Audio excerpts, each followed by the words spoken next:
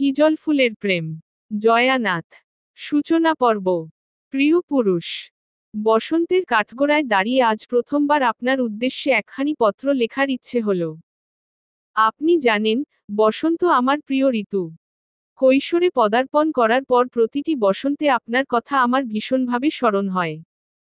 কিন্তু কখনো আপনাকে নিয়ে লিখার ইচ্ছেটাকে প্রাধান্য দেইনি। আর আজ আপনাকে নিয়ে লিখার ইচ্ছেটা অপূর্ণও রাখতে পারিনি। শুনুন তবে।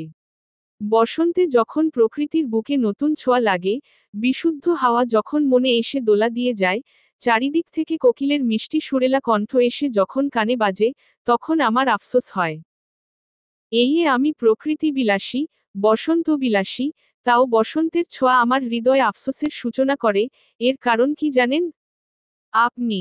হু, আমার আফসোসের সবটা জুড়ে আপনি। ধরনীর বুকে প্রতি বৎসর নিয়ম করে বসন্ত আসে, কিন্তু নিয়ম করে আপনি আসেন না। আমার সাথে বসন্তবিলাস করার জন্য আপনি আসেন না। আমি চাই, খুব তাড়াতাড়ি আপনি এসে আমার একান্ত বসন্তের সঙ্গী হন। ইতি। আপনার বেলি। 1লা ফাল্গুন। পত্রটা লিখে খামে পুরে একটা কাঠের বক্সে যত্নে তুলে রাখল বেলি। বেলির মনটা আজ ভীষণ খারাপ। ঠিক যেমন রোদেলা আকাশে হুট করে মেঘের দেখা মিলে, তেমন বেলির মনেও যেন হুট করে আজ মেঘের অস্তিত্ব প্রকাশ পেয়েছে। তবে এখন প্রকৃতিতে মেঘের দেখা নেই বললেই ভালো, কেননা প্রকৃতির রূপে সদ্য বসন্তের ছোঁয়া লেগেছে যে। মেঘ শুধুই বেলির মনে। এই বেলি একজন মানুষকে উদ্দেশ্য করে গোটা একখানি পত্র লিখে ফেলল, বাস্তবে সেই মানুষটার এখনও পর্যন্ত কোন অস্তিত্ব নেই। কারণ বেলির পত্রখানা লিখা হলো শুধু তার ভবিষ্যতের একান্ত মানুষটাকে ঘিরে, যাকে সে চিনে না, জানে না। কেন যেন বেলি প্রেমে বিশ্বাস করতে পারে না, আর ছোট থেকেই তাকে শিক্ষা দেওয়া হয়েছিল ছেলেপেলেদের সাথে না মিশতে। বেলি পরিবারের সেই শিক্ষা এখনো ধরে রেখেছে। তাই তো তার যত অপেক্ষা ভাগ্যপুরুষকে ঘিরে। দর্শনা বণিক বেলি। ছোট থেকে বাড়ির সবাই আদর করে বেলি বলে ডাকে। সেই সদ্য 17তে পা রাখা সপ্তদশী কন্যা। বেলির বাবা অশোক বণিক, যিনি একজন ব্যবসায়ী। আর বেলির মা নীরবী বণিক, যার কাজ সাধারণত দুহাত দিয়ে নিজের সংসার আগলে রাখা। বেলিরা 2 ভাই বোন। বেলির বড় ভাই নির্দয় বণিক, যে তার বাবার সাথে ব্যবসার কাজে নিযুক্ত। নির্দয়ের বউ অপরূপা আর তাদের একমাত্র মেয়ে নিহি এবং নির্দয় বেলির ঠাকুরমা ঠাকুরদাদাকে নিয়েই পুরো বণিক পরিবার। বেলিদের গ্রামের নাম মাকুন্দা। মাকুন্দা গ্রামের সবথেকে অবস্থাসম্পন্ন পরিবার হল বণিক পরিবার। মাকুন্দা গ্রামের জমিজমার অর্ধেকই বণিকদের। প্রতি বছর তারা বিভিন্ন ফসল, মশলা উৎপাদন করে শহরে বিক্রি করে। এছাড়া, মাকুন্দা গ্রাম ও আশেপাশের গ্রামের মানুষরা স্বল্প মূল্যে বণিকদের কাছে থেকে সারা বছর বিভিন্ন ফসল ক্রয় করে থাকেন। এদিক দিয়ে বণিক পরিবারের সুনাম মানুষের মুখে মুখে। আমি তোমারও বিরহে রহিব বিলীন। তোমাতে করিব বাস, দীর্ঘ দিবস, দীর্ঘ রজনী, দীর্ঘ বর্ষ মাস। সময়টা ভোর 6টা। দোতলার একটি ঘরে গ্রামোফোন থেকে রবীন্দ্রসঙ্গীতের সুর ভেসে আসছে। বেলির ঠাকুরদাদা মিহিরকান্ত বণিক প্রতিদিন খুব ভোরে ঘুম থেকে উঠে রবীন্দ্রসঙ্গীত শুনেন। এটা তার নিত্যনৈমিত্তিক অভ্যাস। আর তার শিয়রে বসে তার স্ত্রী মনোরমা বণিকও রবীন্দ্রসঙ্গীত শুনেন। এতক্ষণ যাবৎ সেই সুর শুনতে শুনতে বেলি তার ভবিষ্যতের একান্ত পুরুষকে নিয়ে লিখছিল। বেলি পত্রলিখন গুছিয়ে দক্ষিণের জানালায় উদাসনয়নে চেয়েছিল। আকস্মিক তার মায়ের ডাকে চমকে উঠে। নীরবী বণিক বললেন, এতক্ষণ ধরে তোকে ডাকছি, মন কই থাকে? তাড়াতাড়ি উপরে যা, তোর দাদু ঠাকুরমাকে ডেকে নিয়ে আয়, প্রাতরাশের জন্য। মায়ের কথায় বেলি দোতলায় গিয়ে দাদু ঠাকুরমাকে ডেকে নিয়ে এলো। এই বাড়ির নিয়ম, ভোর 6টা থেকে 7টার মধ্যে সবাইকে প্রাতরাশ সম্পন্ন করতে হবে। নিয়মটা মিহিরকান্ত বণিক শুরু করলেও, বয়স হওয়ার সাথে সাথে এখন তিনি তার সব নিয়ম ভুলতে বসেছেন। তাই অশোক বণিকই বাবার করা সব নিয়ম যেন নিজ হাতে ধরেছেন। প্রাতরাশ সম্পন্ন হওয়ার পর বেলির বাবা আর দাদা ব্যবসার কাজে বাইরে চলে যান। আর এটাই সুযোগ, বেলিকে আর ঘরে পায় কে? সে একছুটে ঘর ছেড়ে বের হয়ে গেল। এবার পুরো গ্রামটইটি করে ঘুরবে সে। মাকুন্দা গ্রামে একটি সুন্দর অরণ্য রয়েছে, যার নাম মধুহাওয়া। অরণ্যের একপাশে একটি সুন্দর নদী বয়ে চলেছে, যার কলকল স্রোতধারা জন্মানবের মনে শান্তি বর্ষণ করে। নদীর ধারে কতগুলো নৌকা বাঁধা। প্রভাতের সূর্য রশ্মি এসে শান্ত টলমল নদীর জলে লুকোচুরি খেলায় ব্যস্ত। বাঁধা নৌকাগুলোর গায়েও যেন সূর্য রশ্মি উকি দিচ্ছে। বেলি এখন নদীর পাড়ে বসে আছে, তার সই বিনির অপেক্ষায়। বিনি এলে দুজনে মিলে নদীর অন্য পাড়ে অরণ্যের ধারের গাছ থেকে ফল পেড়ে নিয়ে আসবে। তার অপেক্ষায় থাকতে থাকতে বেলি একধানে শান্ত টলমলে জলের গভীরতায় যেন হারিয়ে গেল। কিছুক্ষণ পর হঠাৎ পেছনে থেকে কারো ধাক্কায় বেলির চেতনা ফিরে আসে। বেলি তাকিয়ে দেখে বিনি এসেছে। বিনি ওকে বলল, কিরে, তোকে কতক্ষণ ধরে ডাকছি, শুনতে পাসনি? কই হারালি? প্রতিউত্তরে বেলি বলল, কি কই হারালাম? আর তুই এত জোরে ধাক্কা মেরেছিস, আর একটু হলে সোজা নদীতে পড়তাম। এই বলে বেলি মুখ বাঁকালো। বিনি হাসতে হাসতে বলল, আরে এত কথা না বলে চল এখন নদীর ওপারে যাই। ফুল আর ফল সংগ্রহ করব। এই বলে দুজনে একটি ছোট নৌকায় উঠল। মতিন মাঝিকে বেলি বলল, কাকু একটু ওই পারে নিয়ে চলো তো। ঋতুর ববলের কারণে প্রকৃতি যেন নতুন রূপে সেজেছে। দুই সই প্রকৃতির রূপ অবলোকন আর গল্প করতে করতে নদীর ওপর পারে গিয়ে নামল। নদীর এপারে সারি সারি হিজল গাছ, যেগুলোতে আপাতত কোন ফুল নেই। বিনির কণ্ঠে এজন্য আফসোসের সুর। কিন্তু বেলির এতে কোন হেলদোল নেই, কারণ হিজল ফুল তার পছন্দ নয়। তার পছন্দ বেলি ফুল। নিজের নামও বেলি, আবার পছন্দের ফুলও বেলি। এবার একটু হেঁটে সামনে গিয়ে দেখল পেয়ারা গাছে কত কত পেয়ারা ঝুলছে। কোনোরকম একটা লটকি দিয়ে পেয়ারা পেরে নিল। দুজনে ভাগ করে যার যার শাড়ির আঁচলে পেয়ারা বেঁধে ফেরার পথ ধরছিল। তখনই বেলির নজরে পড়ল ছোট্ট একটি বেলি ফুল গাছ, যেটি পেয়ারা গাছের পিছনে অবস্থিত। ওখান থেকে দুটো ফুল ছিঁড়ে একটি নিজের চুলে গুজল, আর অন্যটি বিনির চুলে গেঁথে দিয়ে দুজনে আবার নৌকায় উঠল। মধুহাওয়ার সীমানা পেরিয়ে দুই সই মিলে গ্রামের মাটির রাস্তা এদিক ওদিক হাঁটছিল। হঠাৎ বেলির নজর পড়ল একটু দূরে গরুর গাড়িতে, কারণ গাড়ির মধ্যে তার বাবাকে আসতে দেখা যাচ্ছে। বেলির চোখ যেন ভয় বেরিয়ে আসবে, এমন বড় আকার ধারণ করল। কোনোরকম বিনিকে বিদায় জানিয়ে ছুটল বাড়ির দিকে।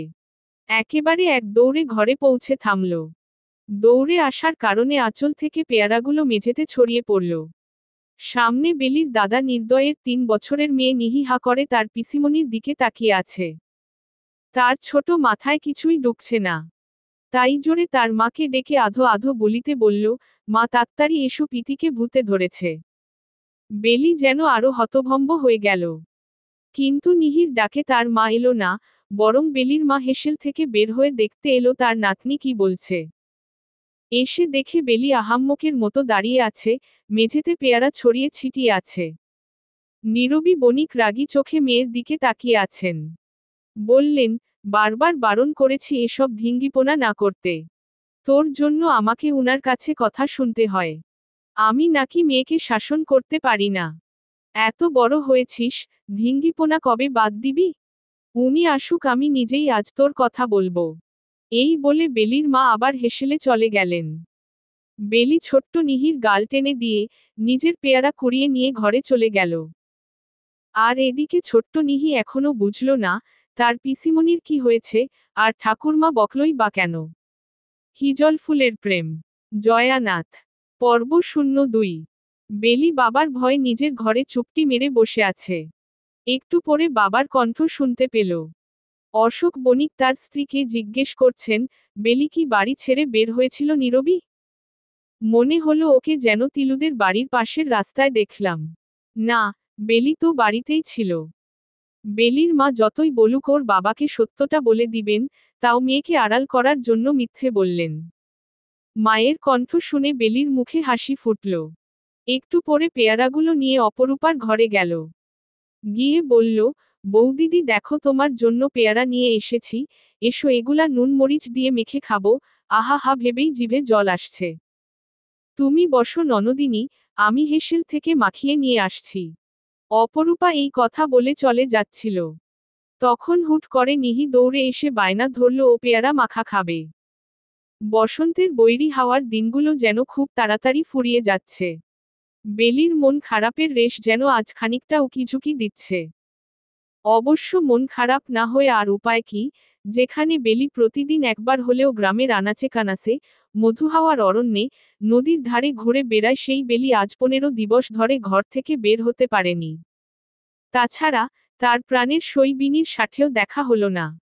গতবার বাবার কাছে ধরা পড়ে যাওয়ার ভয়, আবার বেলির বাবার শরীরটা বেশ কয়েকটা দিন ধরে একটু খারাপ থাকায় বাড়িতে সময় বেশি কাটাচ্ছেন। যার ফলে বেলির এখন এই দশা।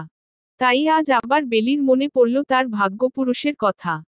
তৎক্ষণাৎ একটা কাগজ আর কলম নিয়ে বসে পড়ল। 16ই ফাল্গুন। প্রিয় পুরুষ, আপনাকে নিয়ে লেখার কথা ভাবলে মনে হয় কত শত শব্দাবলী আমার কল্পনার ঝাঁকেও ঝাঁকেও উড়ে বেড়ায়। মনে হয় যেন পাতার পর পাতা শুধু আপনাকে নিয়ে লিখলেই ফুরিয়ে যাবে। কিন্তু এই এখন লিখতে শুরু করলাম, মনে হচ্ছে কোন শব্দই আমার কাছে ধরা দিচ্ছে না। আমার মস্তিষ্ক সব যেন ফাঁকা হয়ে যায়। আমার একটা ভীষণ ইচ্ছে আছে। শুনবেন? এই বসন্তে যেন আপনার সাথে প্রথম সাক্ষাৎটা হয়ে যায়। বসন্তপ্রিয় কন্যার কল্পপুরুষ যদি বসন্তেই কন্যার নিকট ধরা দেয়, তাহলে ব্যাপারটা কি নিদারুণ সুন্দরী না হবে, বলুন? ভাগ্যপুরুষের সাথে বেলির সাক্ষাতের ক্ষণটা অতি শীঘ্রই আসুক। ইতি। আপনার বেলি। বেলি দ্বিতীয় পত্রটাও সুন্দর করে ভাঁজ করে কাঠের বক্সে তুলে রাখল। তবে এইবার, নিজের ঘন কেশে গেঁথে রাখা একটা বেলি ফুল খুলে নিয়ে পত্রের ভাঁজে রেখে দিল। বসার ঘরে মিহিরকান্ত বণিক আর অশোক বণিক বসে ব্যবসার বিভিন্ন কথাবার্তা বলায় ব্যস্ত। নির্দয় প্রাতরাশ সেরে অনেক আগেই বেরিয়ে গেল। মনোরমা বণিক একটা চেয়ারে বসে পান সাজাতে ব্যস্ত। নীরবী আর অপরূপা হেসেলে। বেলি এদিকে আয় তো। মনোরমা বণিক পান সাজাতে সাজাতে নাতনিকে ডাক দিলেন। এই সময়টাতে বেলি সবসময় মনোরমার পাশে বসে তার পান সাজিয়ে দেয়। আজ আসছে না দেখে নিজেই ডাক দিলেন। একটু পরে বেলি বসার ঘরে এলো। মনোরমার পাশে বসে পান সাজাতে লাগল।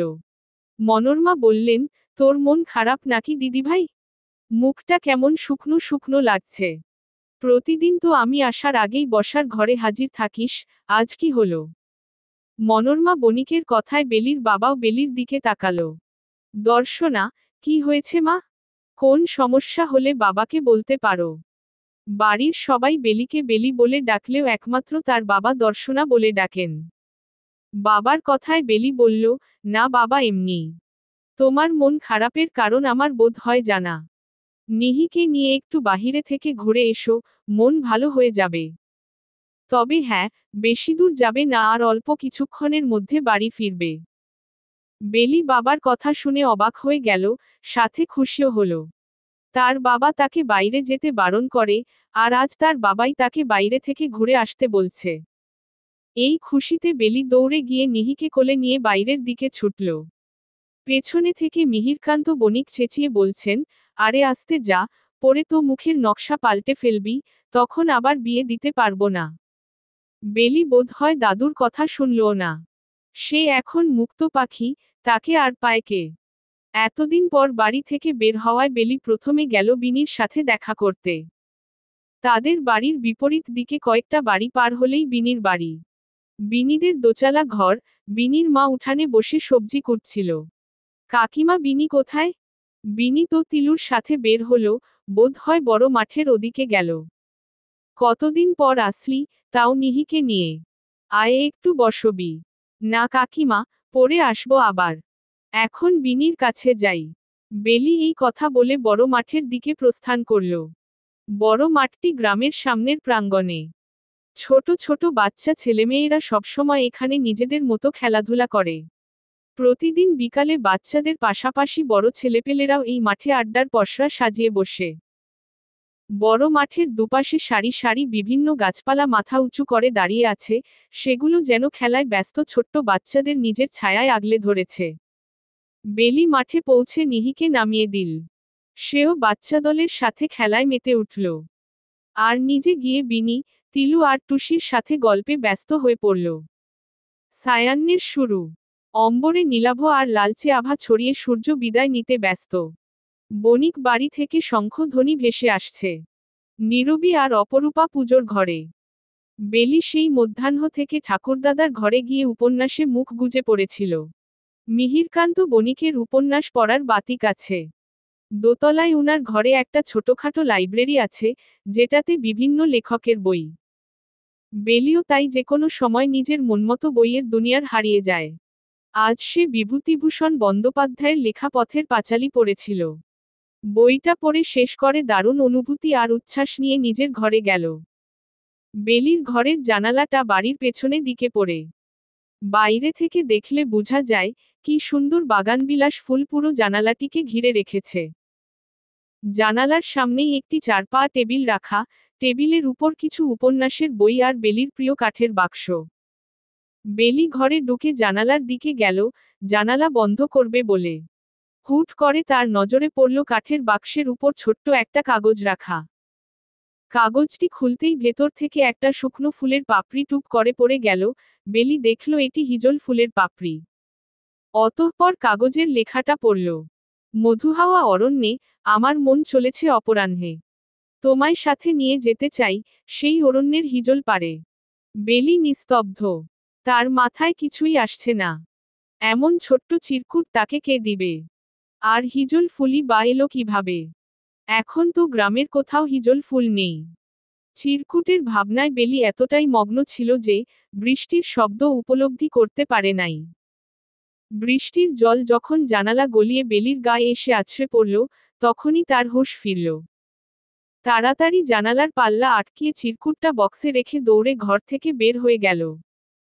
উঠোনের মাঝখানে দাঁড়িয়ে আকাশপানে চেয়ে বেলি বৃষ্টি উপভোগে মত্ত। ঠিক তখনই বেলির বৃষ্টিছোঁয়া অনুভূতিকে আরো গাঢ় করতে, বাড়ির উঠোনের এক কোণের কৃষ্ণচূড়া গাছ থেকে কোকিলের কুহু কুহু ডাক ভেসে এলো। বেলি তখন কৃষ্ণচূড়া গাছের দিকে চেয়ে আপনমনে হেসে দিল।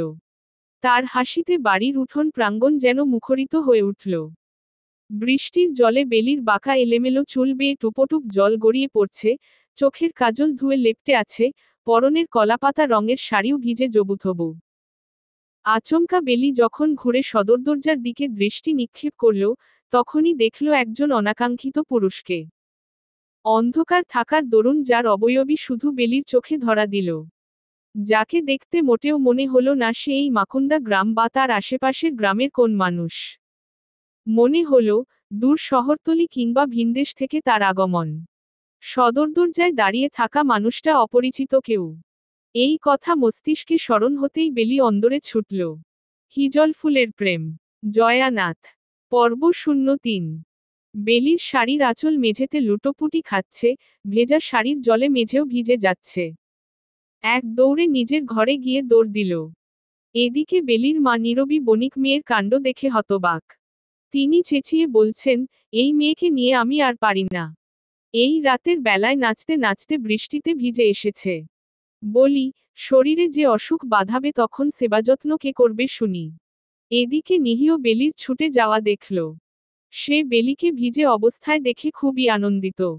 খিলখিল করে শুধু হাসছে। নীরবী বণিক একবার নাতনির দিকে চেয়ে হেসেলের পথ ধরলেন, এখন আবার রাতের রান্না বসাতে হবে। অবশ্য রান্না অপরূপাই করবে, নীরবী বণিক শুধু বৌমাকে হাতে হাতে এটা ওটা এগিয়ে দিবেন। অপরূপা এই বাড়িতে আসার পর থেকে কখনো হেসেলে একা একা রান্না করেনি। সবসময় নীরবী বণিক সাথে সাথে থাকেন। তিনি মেয়ে আর বউ দুজনকেই সমান চোখে দেখেন।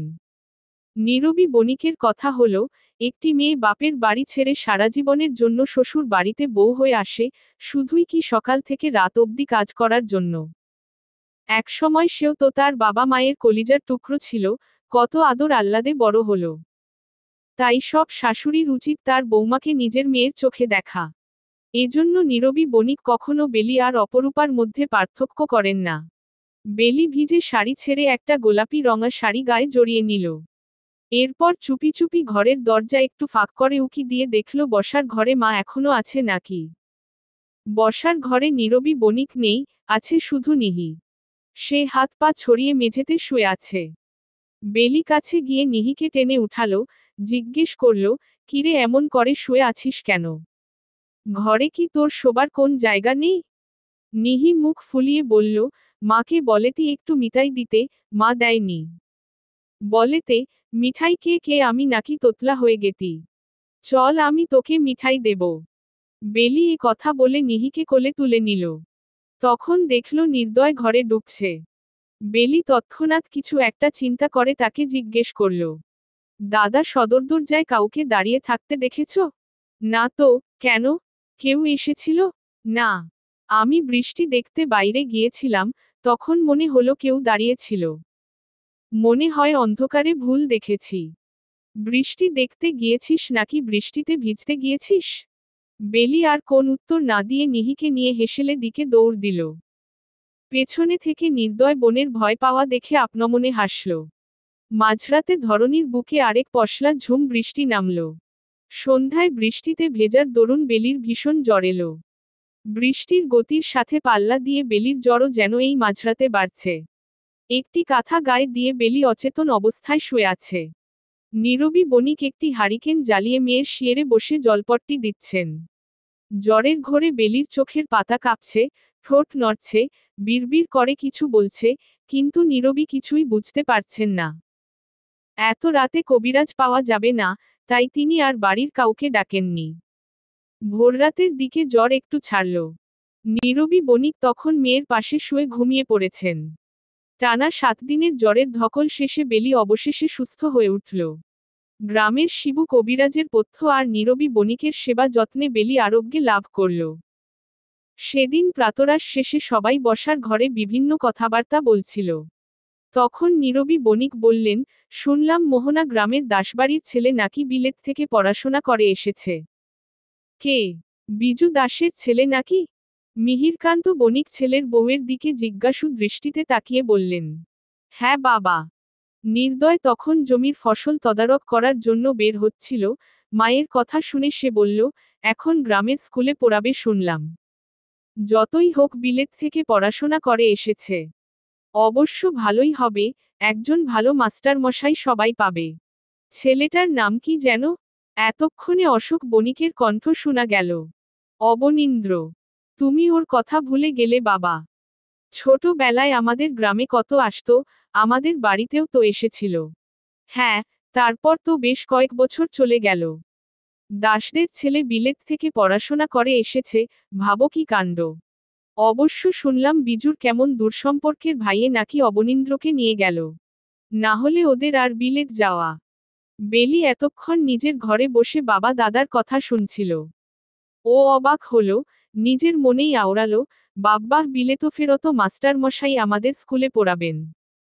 বেলি আবার অনেকদিন পর বাড়ি থেকে বের হলো। অবশ্য এর আগে বিনির সাথে একবার দেখা হয়েছিল। ওর অসুখের কথা শুনে বিনি তাকে দেখতে এসেছিল।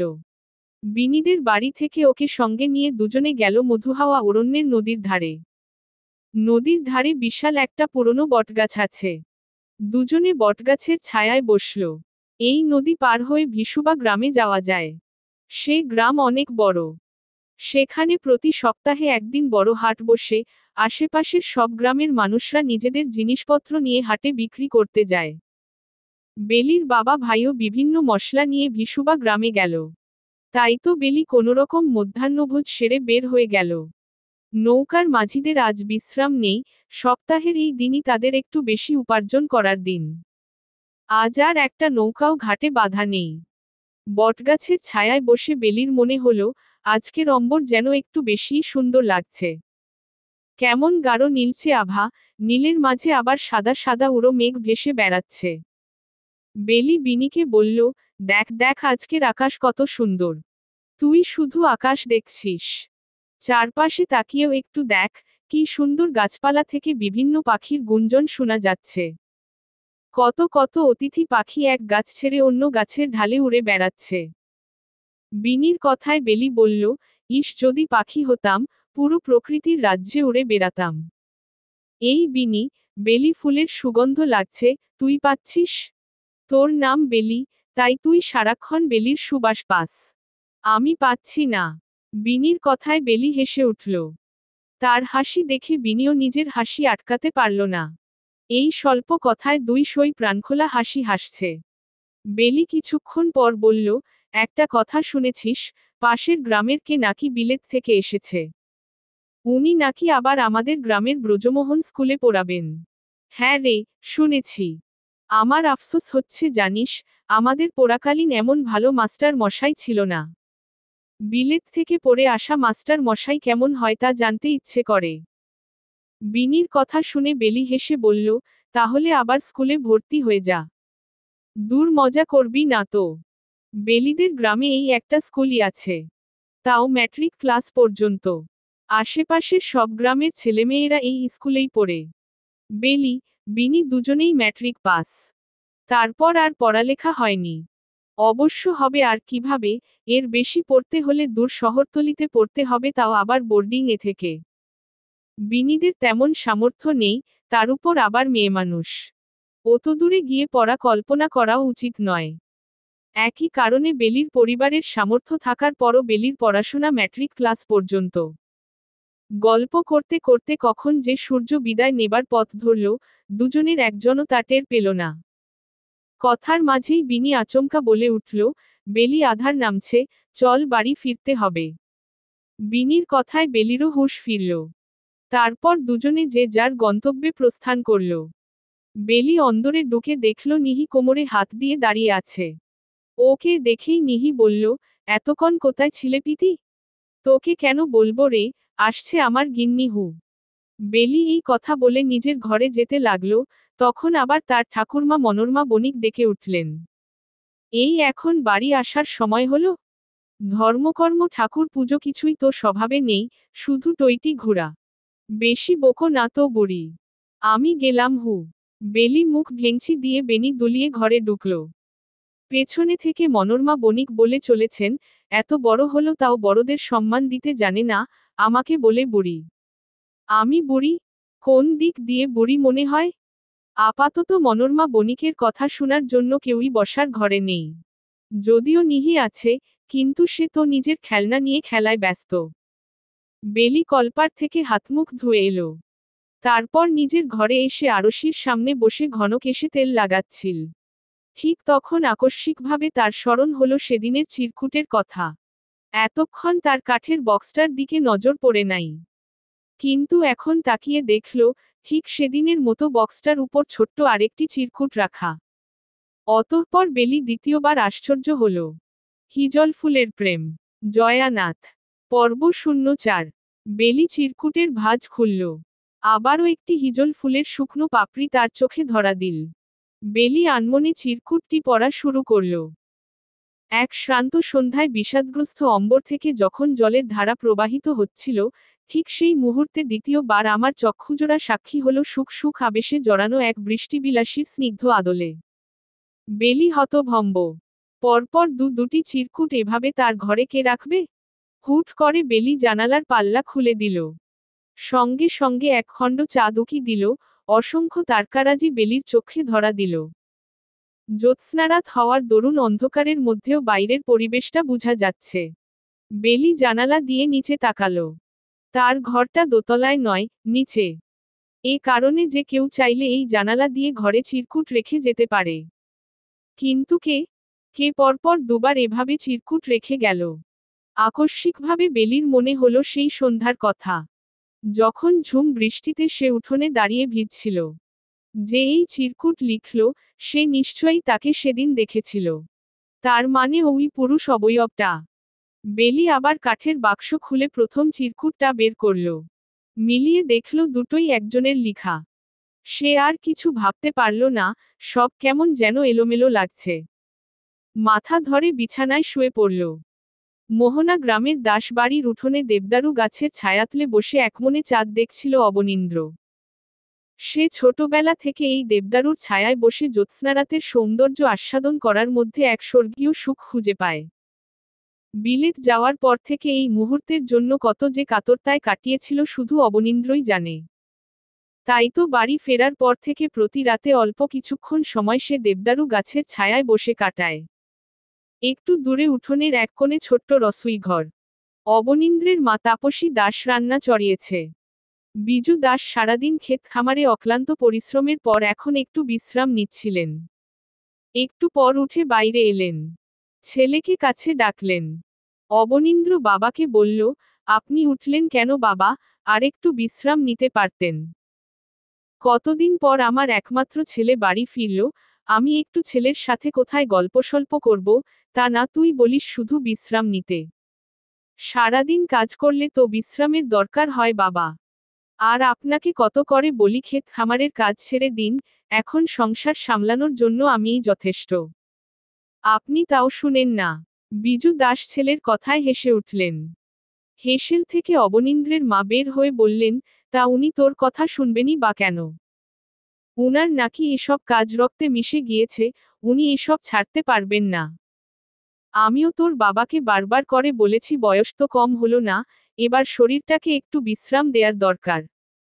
কিন্তু আমার কথা শুনলে তো? স্ত্রীর কথা শুনে বিজু দাস একটু আনমনা হলেন। মা ছেলের কথোপকথনে তিনি নিজের স্মৃতিচারণে ব্যস্ত। তাদের অভাবের সংসার ছিল। দুই ছেলেমেয়ে নিয়ে কত না খেয়েও থেকেছেন। মেয়েটাকে তেমন পড়াতে পারেননি। কয়েক বছর আগে বিয়ে দিয়ে দিলেন। ছেলেটাকে কষ্ট করে পড়িয়েছেন। মেট্রিক্স ক্লাসের পর অবনীন্দ্রকে আর পড়ানোর সামর্থ্য বিজু দাসের ছিল না। পরে তার এক দূরসম্পর্কের ভাই অবনীন্দ্রের পড়ালেখার প্রতি আগ্রহ দেখে নিজেই অবনীন্দ্রকে বিলেত নিয়ে গেলেন। সেখানে তার কাছে রেখে পড়ালেখা করালেন। অবনীন্দ্র সেখানে কয়েক মাস যাবৎ চাকরিও করেছিল। তারপর গ্রামে নিজের মা বাবার কাছে ফিরে এলো। বিজু দাস যখন অবনীন্দ্রকে বাড়ি ফেরার কারণ জিজ্ঞেস করলেন, তখন অবনীন্দ্র বলল তার নাকি আর সেখানে থাকার ইচ্ছে নেই, গ্রামে মা বাবার কাছে থাকবে। এমনকি এখানকার স্কুলে মাস্টারি করার প্রমোশন নিয়েই সে বাড়ি ফিরল। অবশ্য ছোটবেলা থেকে অবনীন্দ্রের গ্রামের প্রতি আলাদা মায়া ছিল। তাই সে নিজের গ্রাম ছেড়ে অত দূরে থাকতে পারেনি। নীরবী বণিক সেই কখন থেকে রাতের খাবার খাওয়ার জন্য বেলিকে ডাকছেন। এদিকে বেলির কোনো সাড়াশব্দ নেই। মেয়ের ঘরে গিয়ে দেখলেন, সে নিদ্রায় বিভোর। নীরবী বণিক মেয়েকে কয়েকবার ধাক্কা দিয়ে তারপর উঠালেন, বেলি না খাওয়ার বায়না ধরল। তার চোখে যেন নিদ্রারাজ এসে বিরাজ করছে, কিছুতেই চোখ মেলে তাকাতে পারছে না। এদিকে ছোট্ট নিহিও তার ঠাকুরমার পেছনে পেছনে বেলির রুমে এলো। পিসিমণির এই অবস্থা দেখে নিহি বলল, তুমি এত বড় হয়েও আমার আগে ঘুমিয়েছ, আর দেখো আমার চোখ এখনো ইয়া বড়। নিহি তার দুহাত দিয়ে নিজের চোখ টেনে ধরে কথা বলছিল। তখন অপরূপা এসে মেয়েকে কোলে তুলে নিয়ে যেতে যেতে বলল, তুমি বেশ পাকনা হয়ে গেছো বুঝি। চলো, খেতে চলো। খাবার নিলেই পালাই পালাই করে। বেলিকে ধাক্কা দিয়ে তুলেও আর খাওয়ানো গেল না। সে আবার শুয়ে ঘুমিয়ে গেল। নীরবী বণিক উপায় না পেয়ে ঘরের দোর টেনে প্রস্থান করলেন। তাপসী দাস খাবার পরিবেশনে ব্যস্ত। বাবা ছেলে খুব আয়েশ করে খাচ্ছে। অবনীন্দ্র বাড়ি ফেরার পর থেকে তাপসী প্রতিদিন অনেকগুলো পদ রান্না করেন। ছেলেটা কতদিন মায়ের হাতের রান্না খায়নি, এ কথা মনে করে মায়ের বুক কেমন করে ওঠে। অবনীন্দ্র বাবাকে বলল, ভাবছি অরুণিমাকে কাল গিয়ে নিয়ে আসব। আমি এখনো আমার একমাত্র ভাগ্নেকে দেখলাম না। মেয়েটাকে কত মাস যাবৎ দেখি না। সে কবে জামাইবাবা নিয়ে এসেছিল, আবার সঙ্গে করে নিয়ে গেল। দুটো দিন থাকতেও দিল না। তুই কালকে গিয়ে নিয়ে আসিস। তাপসী দাস বিষাদভরা কণ্ঠে কথাটি বলে শাড়ির আঁচল দিয়ে চোখ মুছলেন। স্ত্রীর কান্না দেখে বিজু দাস বললেন, খাওয়ার সময় কাঁদা আমার একদম পছন্দ না তাপসী। ছেলেটা খাচ্ছে তো দেখছো না। তুমিও খাওয়া শুরু করো, রাত অনেক হয়েছে। খাওয়া দাওয়ার পাট চুকিয়ে অবনীন্দ্র নিজের ঘরে গিয়ে দৌড় দিল। জানালার কপাট খুলে দিয়ে শুয়ে পড়ল। চাঁদের আলো অন্ধকার ঘরে আলো ছড়াচ্ছে। নির্মল বাতায়ন ঘরে ঠান্ডা আবহাওয়া তৈরি করছে। বাড়ির পেছনের বেলি গাছ থেকে বেলি ফুলের সুঘ্রাণ এসে অবনীন্দ্রের তন্দ্রায় ব্যাঘাত ঘটাচ্ছে। সে আবার উঠে জানালার ধারে গিয়ে দাঁড়ালো। জলজল করা চাঁদের পানে চেয়ে আনমনে বলে উঠল, আমি তো এমন ছিলাম না, ওই সব কিছুই তো আমার ব্যক্তিত্বের বাইরে। কেউ বুঝি কারো জীবনে এতটা প্রভাব ফেলতে পারে? অবনীন্দ্র নিজের প্রশ্নের উত্তর পায় না। সে জানে, উত্তর আসবেও না। ঘরের এক কোণায় ছোট্ট একটি টেবিল আর চেয়ার রাখা। অবনীন্দ্র চেয়ারে গিয়ে বসল। ডায়েরির পাতা উল্টালো, সেখানে কিছু শব্দাবলী লিখল। তারপর পলকহীনভাবে সেই শব্দগুলোর দিকে তাকিয়ে রইল। হিজল ফুলের প্রেম। জয়ানাথ। পর্ব 05। সময়টা সকাল 8টা বেজে 34 মিনিট। সবার প্রাতরাশ সম্পন্ন। শুধু ছোট্ট নিহি এখনো ঘুমে। বাকিরা সবাই অর্থাৎ মিহিরকান্ত, মনোরমা বণিক, নির্দয়, অশোক বণিক আর নীরবী বণিক সবাই বসার ঘরে উপস্থিত। বেলি অপরূপার ঘরে, দুজনে নিজেদের গল্পে ব্যস্ত। গতকাল রাতে মিহিরকান্ত বণিক সবাইকে বলে দিয়েছেন, আজ সবাই যেন বসার ঘরে উপস্থিত থাকেন। তিনি নাকি একটা জরুরি বিষয়ে কথা বলবেন। এই মুহূর্তে সবার কৌতূহলী চোখ মিহিরকান্ত বণিকের দিকে। মিহিরকান্ত বণিক বললেন, আমি তোমাদেরকে অনেকদিন ধরে কথাটা বলবো ভাবছি। কিন্তু অশোকের শরীরটা ভালো না হওয়ার কথাটা চেপে গিয়েছি। প্রসঙ্গটা আমার একমাত্র নাতনি বেলিকে নিয়ে। আমার মনে হলো, ওর বিয়েটা এবার দেওয়া উচিত। মাসখানেক আগে আমার কাছে একটা সম্বন্ধ এলো। পাত্র সম্পর্কে যতটুকু খোঁজ খবর নেয়া দরকার তা আমি নিয়েছি। তবে তোমাদের সিদ্ধান্ত না জেনে তো আর এগোতে পারছি না। এই মুহূর্তে নির্দয়কে দেখে মনে হচ্ছে সে ঠাকুরদাদার কথায় সন্তুষ্ট না। চোখ মুখ শক্ত করে বলল, আমাদেরকে না জানিয়ে এত কিছু করা উচিত হয়নি দাদু। অন্তত বাবাকে জানাতে পারতেন। অশোক বণিকও ছেলের কথায় সায় জানালেন। তবে তিনি বাবার সিদ্ধান্ত অযৌক্তিক মনে করছেন না। তাই বললেন, পাত্রের হদিশ দিন বাবা, আমি না হয় শুরু থেকে আবার সবটা তদারকি করি। আপনি কি আমার সাথে একমত? তুমি বেলির বাবা, আমার থেকেও বেলির উপর তোমার অধিকার বেশি। তুমি নিজের মতো সব খোঁজখবর নিতে পারো। মিহিরকান্ত বণিক কথাটা বলে নিজের ঘরের উদ্দেশ্যে প্রস্থান করলেন। সবাই নিজেদের মতামত নিয়ে ব্যস্ত। কেউ একবারও নীরবী বণিককে কিছু জিজ্ঞেস করার প্রয়োজন বোধ করলেন না। তিনি কেমন অসহায় মুখে বসে আছেন। হয়তো মেয়ের জন্য বুকটা কেমন করছে। একটা দীর্ঘশ্বাস ছেড়ে তিনিও উঠে গেলেন। এদিকে মনোরমা বণিক ছেলের বউয়ের দিকে তাকিয়ে আছেন। এই মুহূর্তে হয়তো একমাত্র তিনিই নীরবী বণিকের মনের কথা বুঝতে পারছেন। কারণ তারও তো একটা মেয়ে আছে। একসময় মেয়েটাকে বিয়ে দিয়ে পরের বাড়ি পাঠালেন। অবনীন্দ্র আজ প্রথমবার স্কুলে পড়াতে যাবে। তাপসী দাস সে ভোরবেলা ঘুম থেকে উঠে রান্না চড়ালেন। গরম ভাতের সাথে পাঁচমিশালি সবজি, লাউ চিংড়ি, ছানার তরকারি, রুই মাছের ঝোল আর মিষ্টান্ন। আজ ছেলের চাকুরির প্রথম দিন, না খেয়ে বেরোবে তা তো হয় না। তাই এত আয়োজন।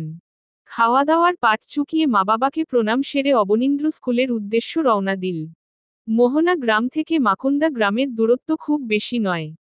পায়ে হেঁটে গেলে আধ ঘন্টার পথ। তাই অবনীন্দ্র পায়ে হেঁটেই চলল।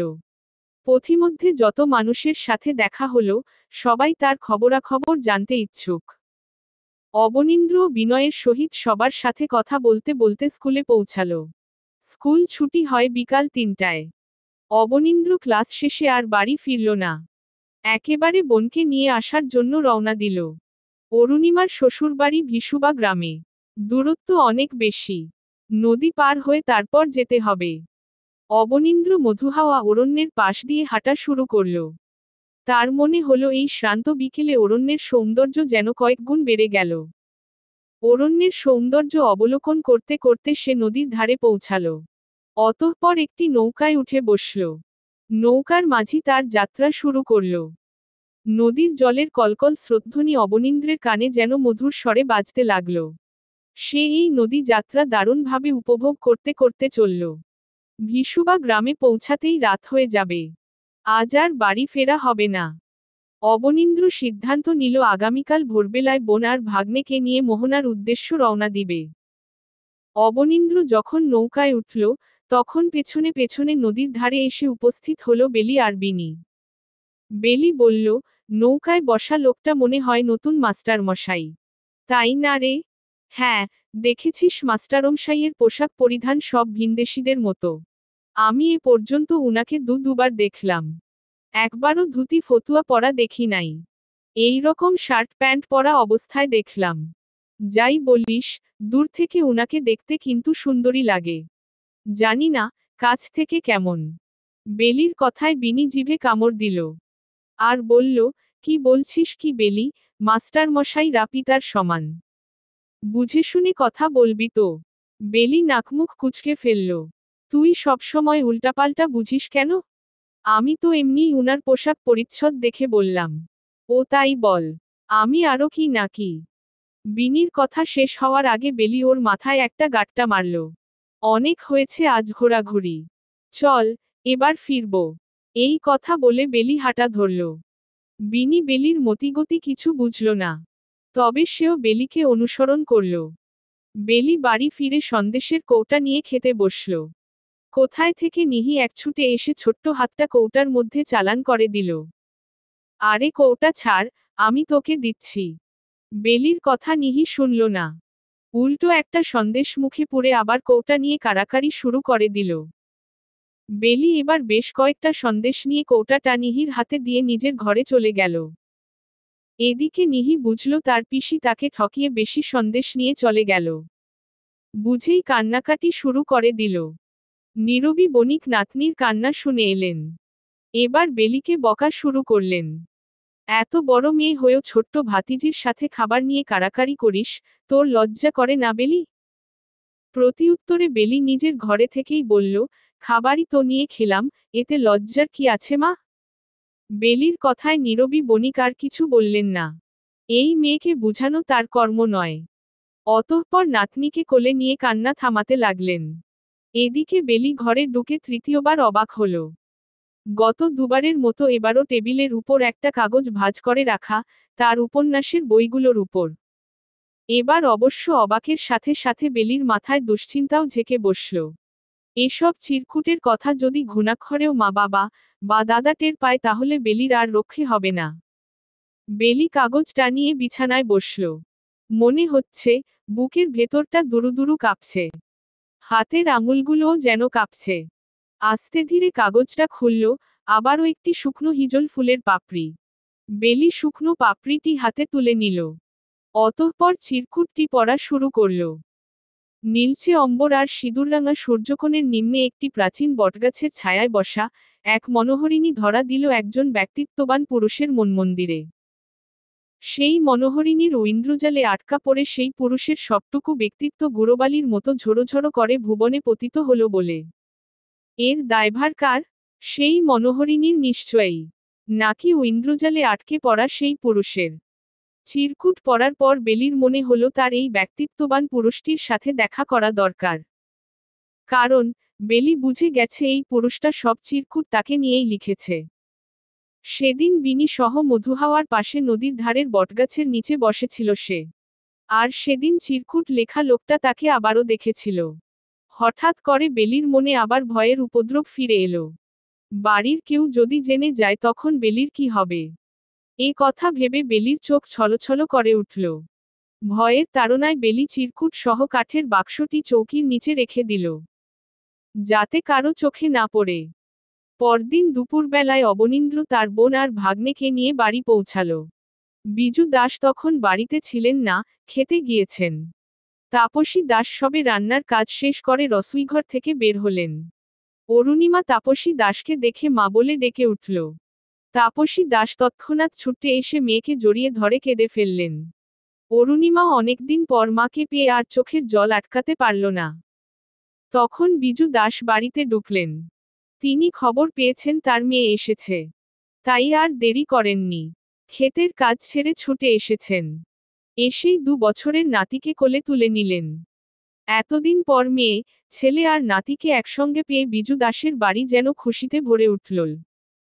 খেতে বসে তাপসী মেয়েকে জিজ্ঞাসা করলেন, হ্যাঁ রে অরু, জামাই বাবা আসলো না যে? উনি কাজে ব্যস্ত মা। আমি যাওয়ার আগে খবর পাঠাতে বলেছেন, এসে নিয়ে যাবে। অবনীন্দ্র নিজেও খাচ্ছে আবার ছোট্ট ভাগ্নেকেও খাইয়ে দিচ্ছে। ওকে সবাই আদর করে বাবুন বলে ডাকে। অবনীন্দ্র এটা ওটা বলছে আর বাবুন হেসে গড়াগড়ি খাচ্ছে। ওর হাসি দেখে তাপসী আর বিজু দাসও হেসে চলেছেন। দিন 2 পরে। আকাশ মেঘাচ্ছন্ন। সকাল থেকে সূর্যরশ্মি ধরণীর বুকে রোদের তাণ্ডব চালিয়েছে। মধ্যাহ্নের পর হুট করে মেঘের তাণ্ডব শুরু হলো। বেলির মনে হচ্ছে আকাশ রোদ আর বৃষ্টি নিয়ে সিদ্ধান্তহীনতায় ভুগছে। আকাশের এই রোদ এই বৃষ্টির সিদ্ধান্তহীনতার মধ্যে বেলি একটা সিদ্ধান্ত নিল, সে তার কল্পপুরুষকে নিয়ে লিখবে। চিরকুট যেই দিক তাকে তো সে জানে না। সে শুধু তার কল্পপুরুষকে জানে। জানালার দিয়ে হুড়মুড় করে দক্ষিণা হাওয়া ঢুকছে। বাগানবিলাস ফুল হাওয়ার বেগে দুলছে। দৃশ্যটা বেলির কাছে খুবই মনোরম লাগল। কাগজ, কলম নিয়ে বেলি জানালার সামনের চেয়ারে পত্র লেখার জন্য বসল। সবেমাত্র লেখা শুরু করল, তৎক্ষণাৎ অপরূপা ঘরে এলো। অপরূপার আওয়াজ শুনে বেলি চেয়ার ছেড়ে উঠে দাঁড়িয়ে বলল, কি গো বৌদিদি, কিছু বলবে? অপরূপা একটু আয়েশ করে বিছানায় বসল। তারপর একটু রয়েস হয়ে বলল, বলবো তো অনেক কিছু ননদিনী। তার আগে শোনো, এবার বোধ হয় আমার নন্দাই মশাই আসার পালা। তা নিজেকে একটু তৈরি করে নিওহু। বেলি নির্বাক। বলার মতো কোন শব্দ খুঁজে পেল না। তার মনে হলো বাইরের আকাশে উড়ে বেড়ানো বিষাদগ্রস্ত মেঘগুলোর মধ্যে একখণ্ড মেঘ এসে বুঝি তার হৃদয় বসল। হিজল ফুলের প্রেম। জয়ানাথ। পর্ব 06। বেলির নির্বাক আদলের দিকে চেয়ে অপরূপা উঠে এসে বেলির সামনাসামনি দাঁড়াল। বেলির হাত দুটো নিজের হাতের মুঠোয় নিয়ে একটু গম্ভীর স্বরে বলল, শুনো ননদিনী, তোমাকে কেউ কিচ্ছুটি জানানোর প্রয়োজন মনে করল না। কিন্তু আমার মনে হলো, তোমাকে জানানোটা ভীষণ প্রয়োজন। আমাদের মাকুন্দা গ্রাম থেকে 4 গ্রাম দূরে অবস্থিত চেরোকি গ্রাম। সেই গ্রামের সবথেকে অবস্থাপন্ন বণিক পরিবারের একমাত্র ছেলের সাথে তোমার বিয়ের কথাবার্তা চলছে। তবে বাবা দাদুর উৎসাহ থাকলেও আমি কিন্তু তোমার দাদার কোন উৎসাহ দেখছি না। কারণ, যার সাথে তোমার বিয়ের কথাবার্তা চলছে তার বয়স প্রায় 40 ঊর্ধ্ব। তোমার দাদার কথা হচ্ছে, এত বড় লোকের সাথে তার বোনের বিয়ে দেবেন না। আর বাবার কথা হলো ছেলেদের ব্যবসা বাণিজ্য আছে আমাদের মতো, যতগুলো আমাদের সাথে মিলে। বয়সটা না হয় ছাড় দেয়া গেল। অপরূপার কথা শুনে বেলির চোখ ছলছল করে উঠল। বেলির চোখের দিকে তাকিয়ে অপরূপা আবার বলল, লোকটার বয়স বেশি হলেও সমস্যা ছিল না, কিন্তু লোকটার যে আগেও একটা বিয়ে হয়েছিল। গত বছর কলেরায় উনার স্ত্রী মারা যান। এবার বেলির চোখ থেকে অশ্রুকণা ঝরতে লাগল। সে কেমন অবিশ্বাসের চোখে তার বৌদিদির দিকে চেয়ে আছে। বেলি অনেক কথা বলতে চাইছে, কিন্তু মুখ থেকে একটা শব্দও বের করতে পারল না। তৎক্ষণাৎ কোনদিকে না তাকিয়ে সোজা ঘর থেকে বের হয়ে গেল।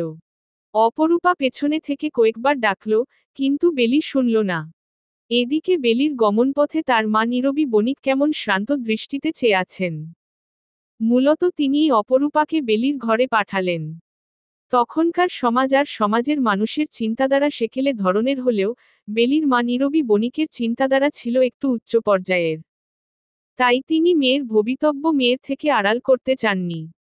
নীরবী বণিক নিজেকে এক অসহায় মা হিসেবে প্রমোদ গুনছেন, যিনি মা হয়েও মেয়ের ভালো চাইতে পারছেন না। আর না নিজের স্বামীকে কিছু বোঝাতে পারছেন। মধ্যাহ্ন শেষে প্রকৃতিতে অপরাহ্নের ছোঁয়া লাগল। অম্বর থেকে রোদ আর মেঘের প্রতিফলন একই সাথে ধরণীর বুকে প্রভাব ফেলছে। আপাতত বৃষ্টি আসার লক্ষণ নেই, তবুও গোয়ালারা মাঠ থেকে গবাদি পশু নিয়ে ঘরে ফেরার জন্য উদ্যত হচ্ছে। কৃষকেরা এখনো চাষাবাদের কাজে ব্যস্ত। ছোট্ট বাচ্চা ছেলেমেয়েরা দল বেঁধে এখানে ওখানে খেলাধুলায় মত্ত। বেলির এসব কিছুর কোনদিকেই নজর নেই। সে আনমনা হয়ে সরু মাটির রাস্তা শেষে এখন মধুহাওয়া অরণ্যে যাওয়ার পথ ধরল। কিছুক্ষণ পর এসে নদীর ঘাটে পৌঁছাল। বেলির যখনই মন খারাপ থাকে তখন এসে এই নদীর ধারে বসে। এটা তার ছোটবেলাকার অভ্যাস। মনে হয়, নদীর মতো আর কেউ তার মনের কষ্ট নিবারণ করতে পারবে না। এই নদীই তার মন খারাপের একান্ত সঙ্গী। তবে আজ বেলির মন খারাপের রেশ আকাশ ছোঁয়া। আজ আর নদীর ধারে বসল না।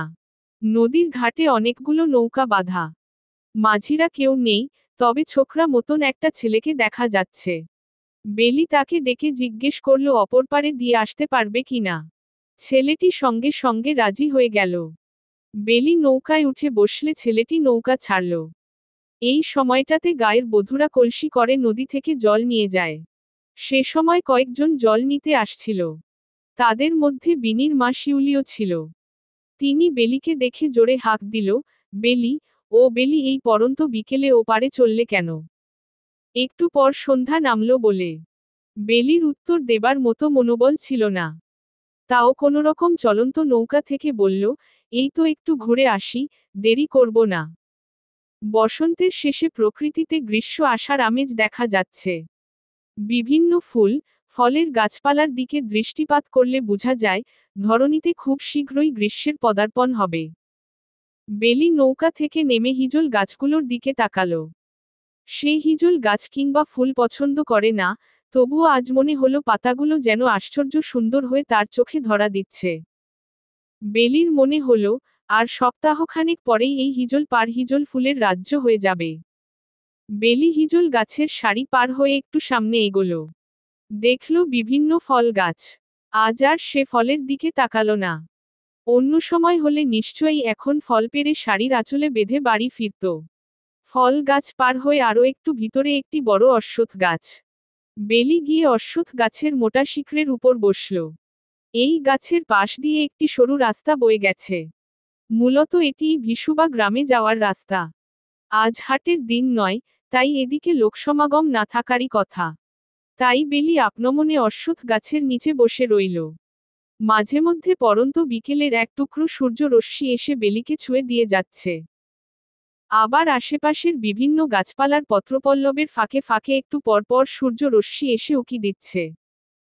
বেলি ভাবতে বসল, সে তো তার ভবিষ্যৎ একান্ত পুরুষটাকে এমন কল্পনা করে নাই। তাহলে সে কিভাবে সব মেনে নিবে? বেলি চাইতো, সে তার ভাগ্যপুরুষের জীবনে প্রথম এবং শেষ নারী হবে।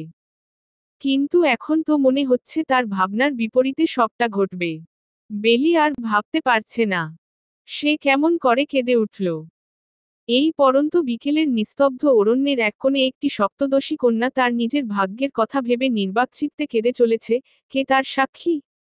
নিশ্চয়ই এই মধুহাওয়া অরণ্যের বৃক্ষ, পত্র, ফুল, পাখি। বেলির কান্নার স্বরে তাদেরও কি কষ্ট হচ্ছে? হয়তো হচ্ছে, আবার হয়তো না। একটু পরে বেলি নিজেকে ঠিক করে বড় বড় বৃক্ষ আর তাদের ডালপালার ফাঁকে অম্বরের দিকে তাকালো। মনে হলো সূর্য পুরোপুরি মেঘের আড়ালে গিয়ে ধরণীকে ক্রমশ আধারে নিমজ্জিত করার প্রয়াসে চেষ্টারত। আকস্মিক বিভিন্ন পাখির কলতান বেলির শ্রবণেন্দ্রিয়ে ধরা দিল। এতক্ষণ কান্নার তোরে আর কোনদিকে তার খেয়াল ছিল না। এখন বেলির মনে হচ্ছে, মধুহাওয়া অরণ্য বুঝি তার মনে একটু একটু প্রসন্নতার প্রভাব ফেলছে। বেলি উঠে দাঁড়ালো, আস্তে ধীরে সামনের দিকে অগ্রসর হচ্ছে। নদীর পাড়ে এসে বেলির মনে হলো, সে ভুল করেছে। মস্ত বড় ভুল। কারণ চারিদিকে প্রায় অন্ধকার। যে কোনো সময় তুমুল বর্ষণ নামবে। আর একটু পরে পুরোপুরি সন্ধ্যা নেমে পুরো প্রকৃতিকে গ্রাস করে ফেলবে। এইবার নিজের অবস্থান ভেবে বেলির কান্না পাচ্ছে। সে কিভাবে বাড়ি যাবে? তার চেয়ে বড় কথা, নদী কিভাবে পার হবে? নদী পার হওয়ার চিন্তায় বেলি যখন চারপাশে হন্যে হয়ে তাকাচ্ছে, ঠিক তখন তার চোখে পড়ল হিজল পাড়ের কোনায় একটা ছোট্ট নৌকা বাঁধা। সে দ্রুত বাঁধা নৌকার সামনে এসে দাঁড়াল। কিন্তু মাঝি তো নেই। মাঝি কোথায়? নৌকা দেখে বেলি ভাবল এইবার তাড়াতাড়ি বাড়ি ফিরতে পারবে, কিন্তু সে আশার প্রদীপও বোধহয় নিভল বলে। বেলি তৎক্ষণাৎ সেখানেই বসে পড়ল। ভাবতে বসল কিভাবে আজ নিজেকে রক্ষে করবে। বাড়ির সবাই হয়তো তার জন্য উদ্বিগ্ন। বেলির এত এত চিন্তার মাঝে হুট করে পেছনে থেকে কেউ একজনের কণ্ঠ শোনা গেল। এই সন্ধ্যাবেলায় একা অরণ্যে কেন এলে? আকস্মিক ভেসে আসা কণ্ঠস্বরের মালিককে দেখার জন্য বেলি পেছনে ফিরল। দেখল তার থেকে একটু দূরে তাদের গ্রামের স্কুলের নতুন মাস্টারমশাই দাঁড়িয়ে আছেন। এই সন্ধ্যারাতে গহীন অরণ্যের পাড়ে অপরিচিত একটা পুরুষ মানুষকে দেখে বেলির ভয় যেন আরো দ্বিগুণ বেড়ে গেল। ভয়ের তাড়নায় বেলির মস্তিষ্ক যেন অচলাবস্থায় পরিণত হল। এদিকে অবনীন্দ্র বুঝতে পারছে না এই আবহাওয়ায় বেলি অরণ্যে কি করছে, তাও আবার এমন একটা সময়ে। অবনীন্দ্র কয়েকদিন যাবৎ ব্যস্ততার দরুন নদীর পাড়ে আসতে পারেনি। ছোটবেলা থেকে অবনীন্দ্রের হিজল গাছ আর ফুলের প্রতি অপরিসীম মায়া। আজ একই কারণে সেই এই হিজল পাড়ে এলো। একটু আগেই এসে পৌঁছেছে। তারপরই হুট করে আকাশে পরিপূর্ণ মেঘের বিস্তার শুরু হলো। ভাবল বৃষ্টি নামার আগে তাড়াতাড়ি প্রস্থান করা উচিত। তখনই তার চোখে ধরা পড়ল গহীন অরণ্য থেকে ছুটে আসা হলদে শাড়ি পরা এক সপ্তদশী কন্যা। মনে হচ্ছিল, সে যেন নিজের নীড়ে ফেরার উপায় খুঁজতে দিকবিদিক ছুটছে। হিজল ফুলের প্রেম। জয়ানাথ। পর্ব 07। কি হলো, বললে না তো এই অসময়ে এখানে কেন এলে? অবনীন্দ্রের কথা বলার ধরনে বেলির মনে হলো সে যেন বেলিকে বহু যুগ আগে থেকে চিনে। বেলি তার ভয়ের আর্দ্রতা নিজের ভেতরে সুপ্ত অবস্থায় রেখে প্রত্যুত্তরে বলল, ঘুরতে এসেছিলাম, কিন্তু আবহাওয়া এমন প্রতিকূলে যাবে তা ভাবিনি। এখন বাড়ি ফেরার কোন উপায় আছে কি? কোন মাঝিকে তো দেখা যাচ্ছে না। এই নৌকা আমি চালিয়ে এসেছি। মাঝি লাগবে না। চলো। অবনীন্দ্রের কথায় বেলি আশ্চর্য। মাস্টারমশাই আবার নৌকাও চালাতে পারে। তবে নিজের আশ্চর্যখানি ঢেকে সে অবনীন্দ্রের সাথে নৌকায় উঠল। অবনীন্দ্র বৈঠা বাইতে শুরু করল। চারদিকে জলের কলকল স্রোতধ্বনি যেন মুখর হয়ে উঠল। বেলি সেই জলের দিকে একমনে তাকিয়ে চুপটি করে বসে রইল। আর অবনীন্দ্রের ভাবভঙ্গিমা দেখে মনে হচ্ছে, নৌকায় যে আরও একজন মানুষ আছে তা সে জানেই না। যখন নদী পার হয়ে তারা ঘাটে নামল তখন সন্ধ্যা পুরোপুরি ঝেঁকে বসেছে। এই সন্ধ্যায় তোমার একা যাওয়া ঠিক হবে না। চলো এগিয়ে দেই। অবনীন্দ্রের কথায় বেলি কোন দ্বিমত করল না। তার পিছু পিছু নির্বিকারে হাঁটা শুরু করল। হাঁটতে হাঁটতে বেলি চারপাশে নজর দিয়ে বুঝল কোন জন্মানবের চিহ্ন নেই। আবহাওয়ার দরুন সবাই বোধহয় ঘরে ঢুকে দৌড় দিল। একটু পরে আকস্মিক বাতাসের গতিবেগ বেড়ে গেল। টুপটাপ বৃষ্টির ফোঁটা পড়তে আরম্ভ করল। বেলিদের বাড়ির কাছাকাছি আসতেই অবনীন্দ্র বেলিকে কিছু না বলে উল্টো পথে হাঁটা শুরু করল। গন্তব্য মোহনা গ্রাম। বেলি বুঝতে পারল অবনীন্দ্র চলে যাচ্ছে। সেও কোন প্রতিক্রিয়া দেখালো না, বরং দ্রুতগতিতে বাড়িমুখো হাঁটছে। ততক্ষণে ঝুমঝুম করে ধরণীর বুকে তুমুল বর্ষণের আগমন ঘটল। আকস্মিক অবনীন্দ্রের গলা থেকে রবীন্দ্রসঙ্গীতের কয়েকটা লাইন শোনা গেল। এমন দিনে তারে বলা যায়, এমন ঘনঘোর বরিশায়, এমন দিনে মন খোলা যায়, এমন মেঘস্বরে বাদল ঝরঝরে, তপনহীন ঘন তমসায়। বেলি মাত্র বাড়ির মূল ফটকে পা রাখবে তখনই তার শ্রবণেন্দ্রিয়ে রবীন্দ্রসঙ্গীতের সুর ভেসে এলো। এক মুহূর্তের জন্য বেলি থমকে দাঁড়াল। তৎক্ষণাৎ পেছনে ফিরে দেখল অবনীন্দ্র একমনে হেঁটে চলেছে আর তার কাছ থেকেই গানের সুর ভেসে আসছে। বেলি কিক্ষণ যাবৎ অবনীন্দ্রের গমনপথে চেয়ে রইল। তারপর আবার তাড়াহুড়ো করে বাড়ির মধ্যে প্রবেশ করল। বেলি উঠোনে পৌঁছে দেখল তার দাদা নির্দয় ঘর থেকে ছাতা মাথায় ধরে বের হচ্ছে। নির্দয় বেলিকে দেখে দ্রুত এগিয়ে এসে জিজ্ঞেস করল, এতক্ষণ কোথায় ছিলি? আমি মাত্র বাড়ি ফিরলাম, আর সাথে সাথেই মা আর তোর বৌদিদি জানালো তুই নাকি সেই অপরাহ্নে বাড়ি ছেড়ে বের হয়ে এখনো ফিরিসনি। দাদার এত কথায় বেলির মধ্যে উদ্বেগের সৃষ্টি হলো। সে ভিতরে ভিতরে ভয় পাচ্ছে বাবাকে কি জবাব দিবে। বেলি কিছু বলতে যাবে তার আগেই নির্দয় বোনের হাত ধরে বাড়ির পিছন দিকে যেতে লাগল। আর বলল, এখন সামনে দিয়ে যাওয়ার দরকার নেই। বাবা বসার ঘরে বসে আছেন। পিছনের দরজা দিয়ে চল। আজ তুমি আমাকে বাবার হাত থেকে বাঁচাতে চাইছো যে? বেলির প্রশ্নে নির্দয় কেন যেন হুট করে হাঁটা থামিয়ে দাঁড়িয়ে গেল। বোনের দিকে তাকিয়ে তার বুকটা কেমন ধড়ফড় করে উঠল। বেলির চোখের দিকে তাকিয়ে বলল, এত কথা বলিস কেন? এমনিতেই পুরো ভিজে গেলি। আবার জ্বর বাঁধাবি। চল তাড়াতাড়ি। বেলি আর কিছু বলল না। সে বোধ হয় তার দাদার মনের কথাটা আজ বুঝতে পারছে। পেছনের দরজা দিয়ে ঢুকলে একটা গলি। সেই গলির প্রান্তভাগেই বেলির ঘর। বেলি ঘরে ঢুকে আস্তে ধীরে দৌড় দিল। ভেজা শাড়ি পাল্টে একটা সবুজ রঙা শাড়ি গায়ে জড়িয়ে নিল। বসার ঘরে মিহিরকান্ত বণিক আর অশোক বণিকের মধ্যে বিভিন্ন কথাবার্তা চলছে। তাহলে বাবা আমি কি তাদেরকে আগামীকাল একটা খবর দেব? না মানে, মেয়েকে তো আগে দেখতে হবে, তাই না? অশোক বণিকের কথায় মিহিরকান্ত বণিক বললেন, হ্যাঁ, কালই একটা খবর পাঠিয়ে দাও। আমিও চাইছি না আর কোন বিলম্ব হোক। দুজনের কথার মাঝে নির্দয় সেখানে উপস্থিত হল। সে বাবা আর দাদুকে উদ্দেশ্য করে বলল, আমি বলছিলাম আর একটিবার কি ভেবে দেখার প্রয়াস করলে হয় না? একটা বিপত্নিক পুরুষের সাথে বুঝি আপনারা আমার বোনের বিয়ে দিবেন? তোমার বোন হওয়ার পাশাপাশি দর্শনা আমার মেয়ে হয়। বাবা হয়ে আমি নিশ্চয়ই আমার মেয়ের খারাপ চাইব না। আর সবথেকে বড় কথা, ওখানে বিয়ে হলে আমার মেয়ে সুখে থাকবে। তাদের কোন কিছুর অভাব নেই। বাবার কথায় নির্দয়ের রাগ যেন তরতর করে বাড়ছে। তবে সে আর একটি কথাও বলল না। সোজা বসার ঘর থেকে প্রস্থান করল। সে বুঝে গেছে, এদের সাথে সারাক্ষণ কথা বললেও কোন লাভ হবে না। এই সন্ধ্যারাতের তুমুল বর্ষণে ভিজে জবুথবু হয়ে অবনীন্দ্র বাড়ি ফিরল। ঘরে ঢুকতেই তাপসী দাস একের এক প্রশ্ন করা শুরু করলেন, বৃষ্টিতে ভিজলি কেন বাবা? একটু কোথায় আশ্রয় নিতে পারতি, বৃষ্টি কমলে ফিরতি। আর ফিরেছিস যখন এত দেরি করলি কেন? দেখছো তো পুরো ভিজে গেলাম। আগে ভেজা কাপড় ছাড়ি, তারপর তোমার সব প্রশ্নের উত্তর দিচ্ছি মা। এই কথা বলে অবনীন্দ্র নিজের ঘরের দিকে অগ্রসর হল। একটু পরে অরুণিমা তার ছেলেকে কোলে নিয়ে বসার ঘরে এলো। তখন অবনীন্দ্রও নতুন পোশাক পরিধান করে বসার ঘরে উপস্থিত হল। বাবুন অনেকক্ষণ পর তার মামাকে দেখে কোলে ঝাঁপিয়ে পড়ল। অবনীন্দ্র বাবুনকে কোলে নিয়ে অরুণিমার উদ্দেশ্য জিজ্ঞেস করল, বাবা কোথায়? অরুণিমা বলল, ঘুমাচ্ছে, শরীরটা নাকি একটু খারাপ লাগছে। ডাক্তার ডাকতে হবে? অবনীন্দ্রের কথায় অরুণিমা হেসে উঠল। হাসতে হাসতে বলল, এই গ্রাম দেশে তুই ডাক্তার কোথায় পাবি রে দাদা? বৈদ্য বা কবিরাজ পেতে পারিস। এতে হাসার কি আছে? ভুলে বলে ফেলেছি। আর দরকার হলে শহরে নিয়ে বাবাকে ডাক্তার দেখাবো। আরে না, তেমন কিছু নয়। হালকা একটু মাথা ধরেছে বলল। ঠিক হয়ে যাবে। মা পিঠা বানাচ্ছে। চল যাই। বেলি নিজের ঘরে শুয়ে আছে। ঘরের এক কোণে একটা প্রদীপ জ্বলছে। বাইরে এখনো বৃষ্টি থামার নাম নেই। বোধ হয় আজ সারা রাত্রিও থামবে না। নীরবী বণিক বেলির ঘরে এসে বিছানায় বসলেন।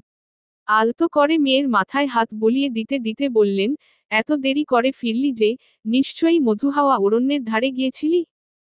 মায়ের আদুরে কণ্ঠস্বরে বেলির বুকের ভেতর যেন কান্নারা উতলে উঠছে যাচ্ছে। ভাঙা গলায় কোনোরকম বলল, নদীর ওপারে গিয়েছিলাম মা।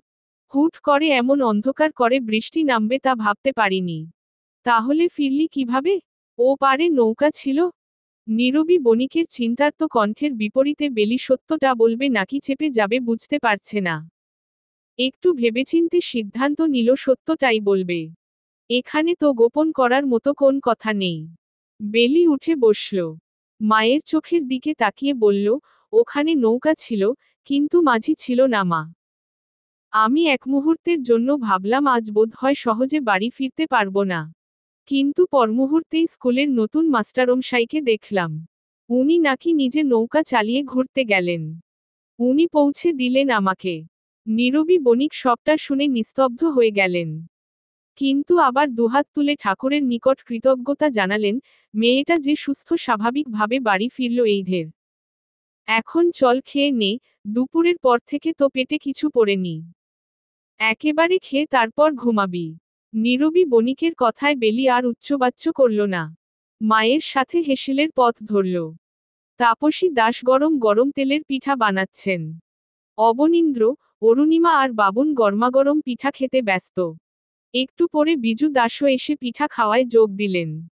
তাপসী দাস তখন ছেলেকে উদ্দেশ্য করে বললেন, তুই না আমাকে কি যেন বলবি? দেরি করে ফেরা নিয়ে। এখন বল।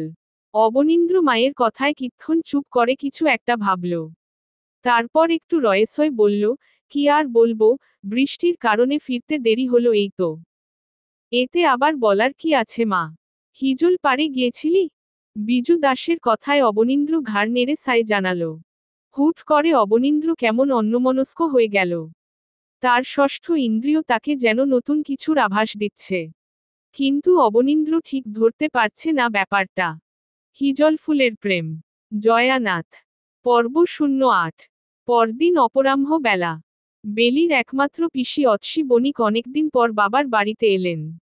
একমাত্র ভাইয়ের মেয়েকে দেখতে আসবে, তাই তিনি সেই ভোরবেলা ভিসুবা গ্রাম থেকে রওনা দিলেন। অতসী বণিকের স্বামী বিহল বণিকও এসেছেন। তাদের এক ছেলে ও এক মেয়ে। মেয়েকে বিয়ে দিয়েছেন। ছেলেও বিয়ে করে সংসারী হয়ে গেল। নীরবী বণিক একমাত্র নোনাসো তার বরকে আপ্যায়নে ভীষণ ব্যস্ত।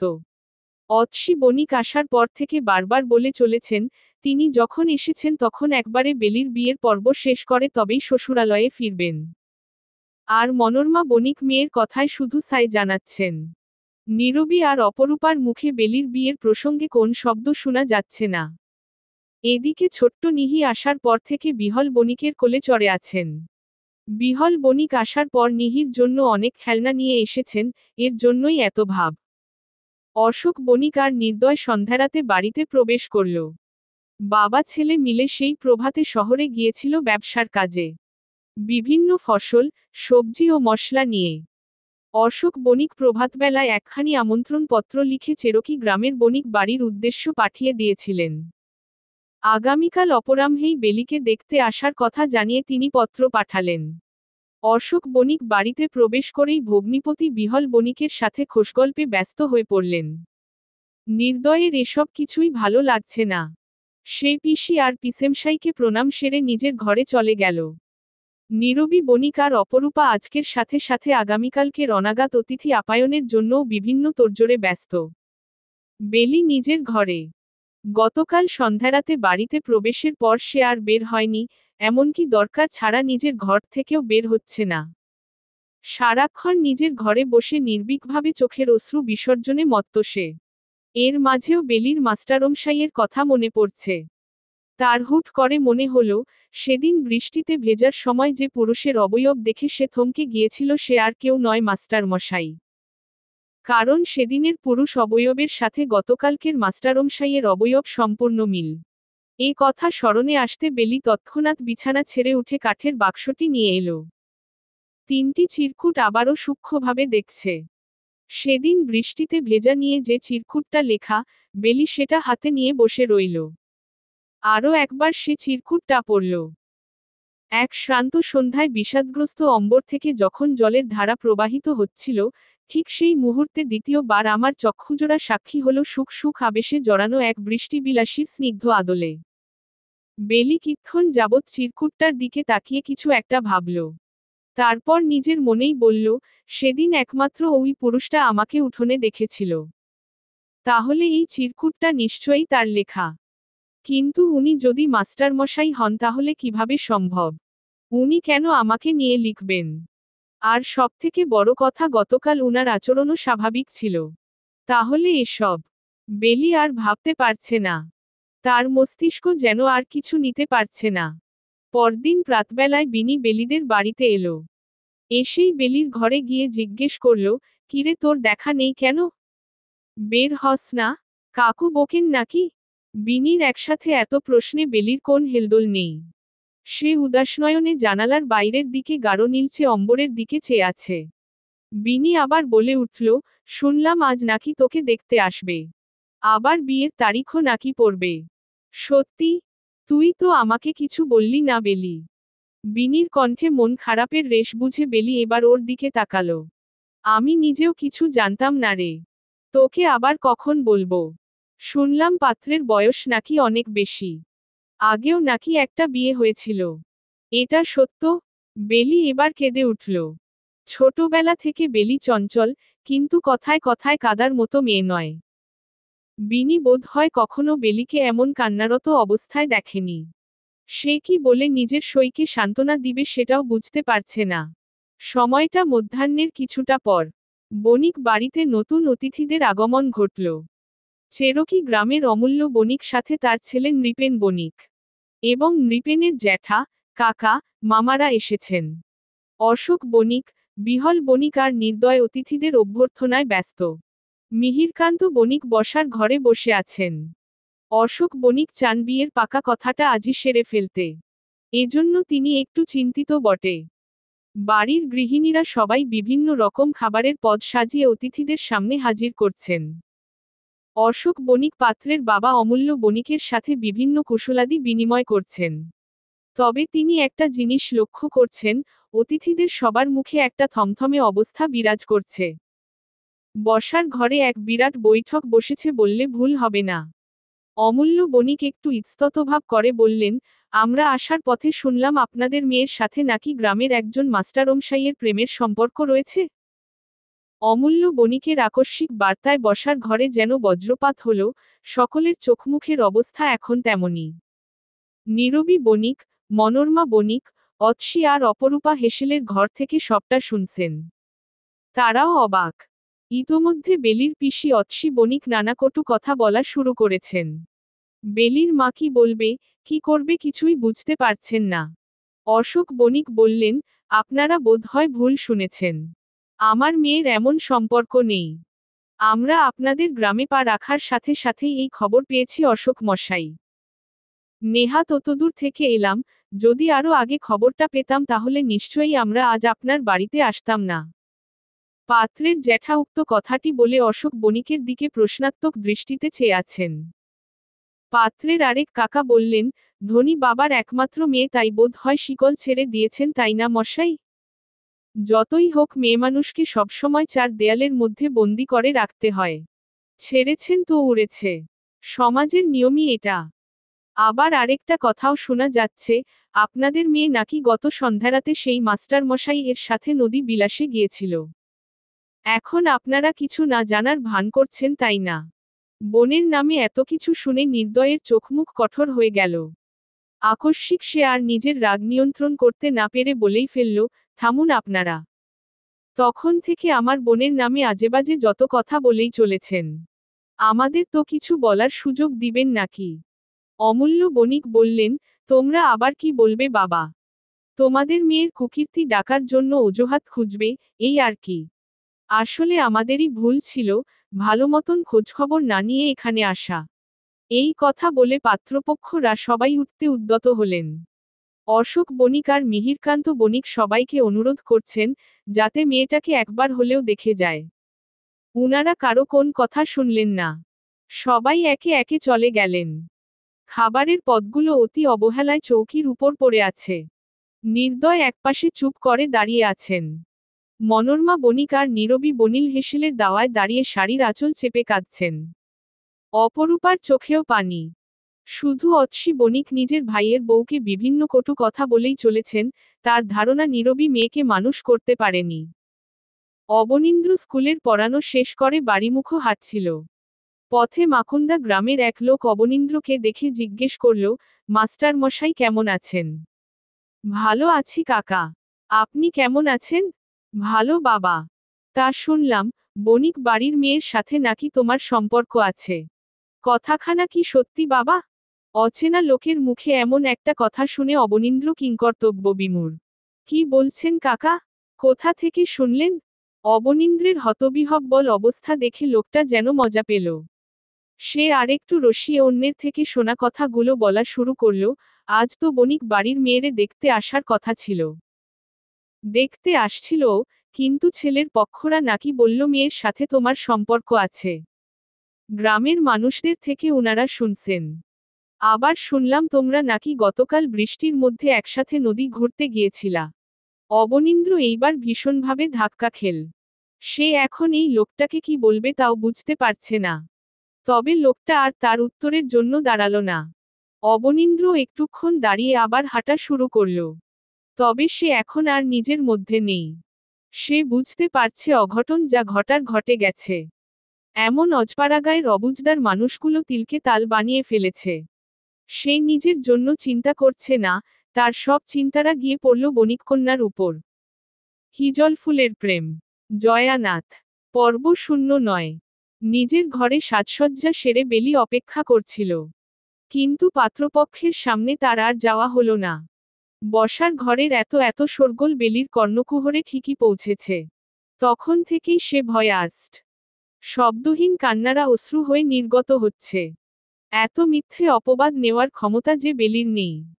কিছুক্ষণ পরে অপরূপা বেলির ঘরে প্রবেশ করে, তৎক্ষণাৎ দোর আটকে দিল। বেলিকে বলল, উনারা কি বলে গেল এসব? সবটা সত্যি?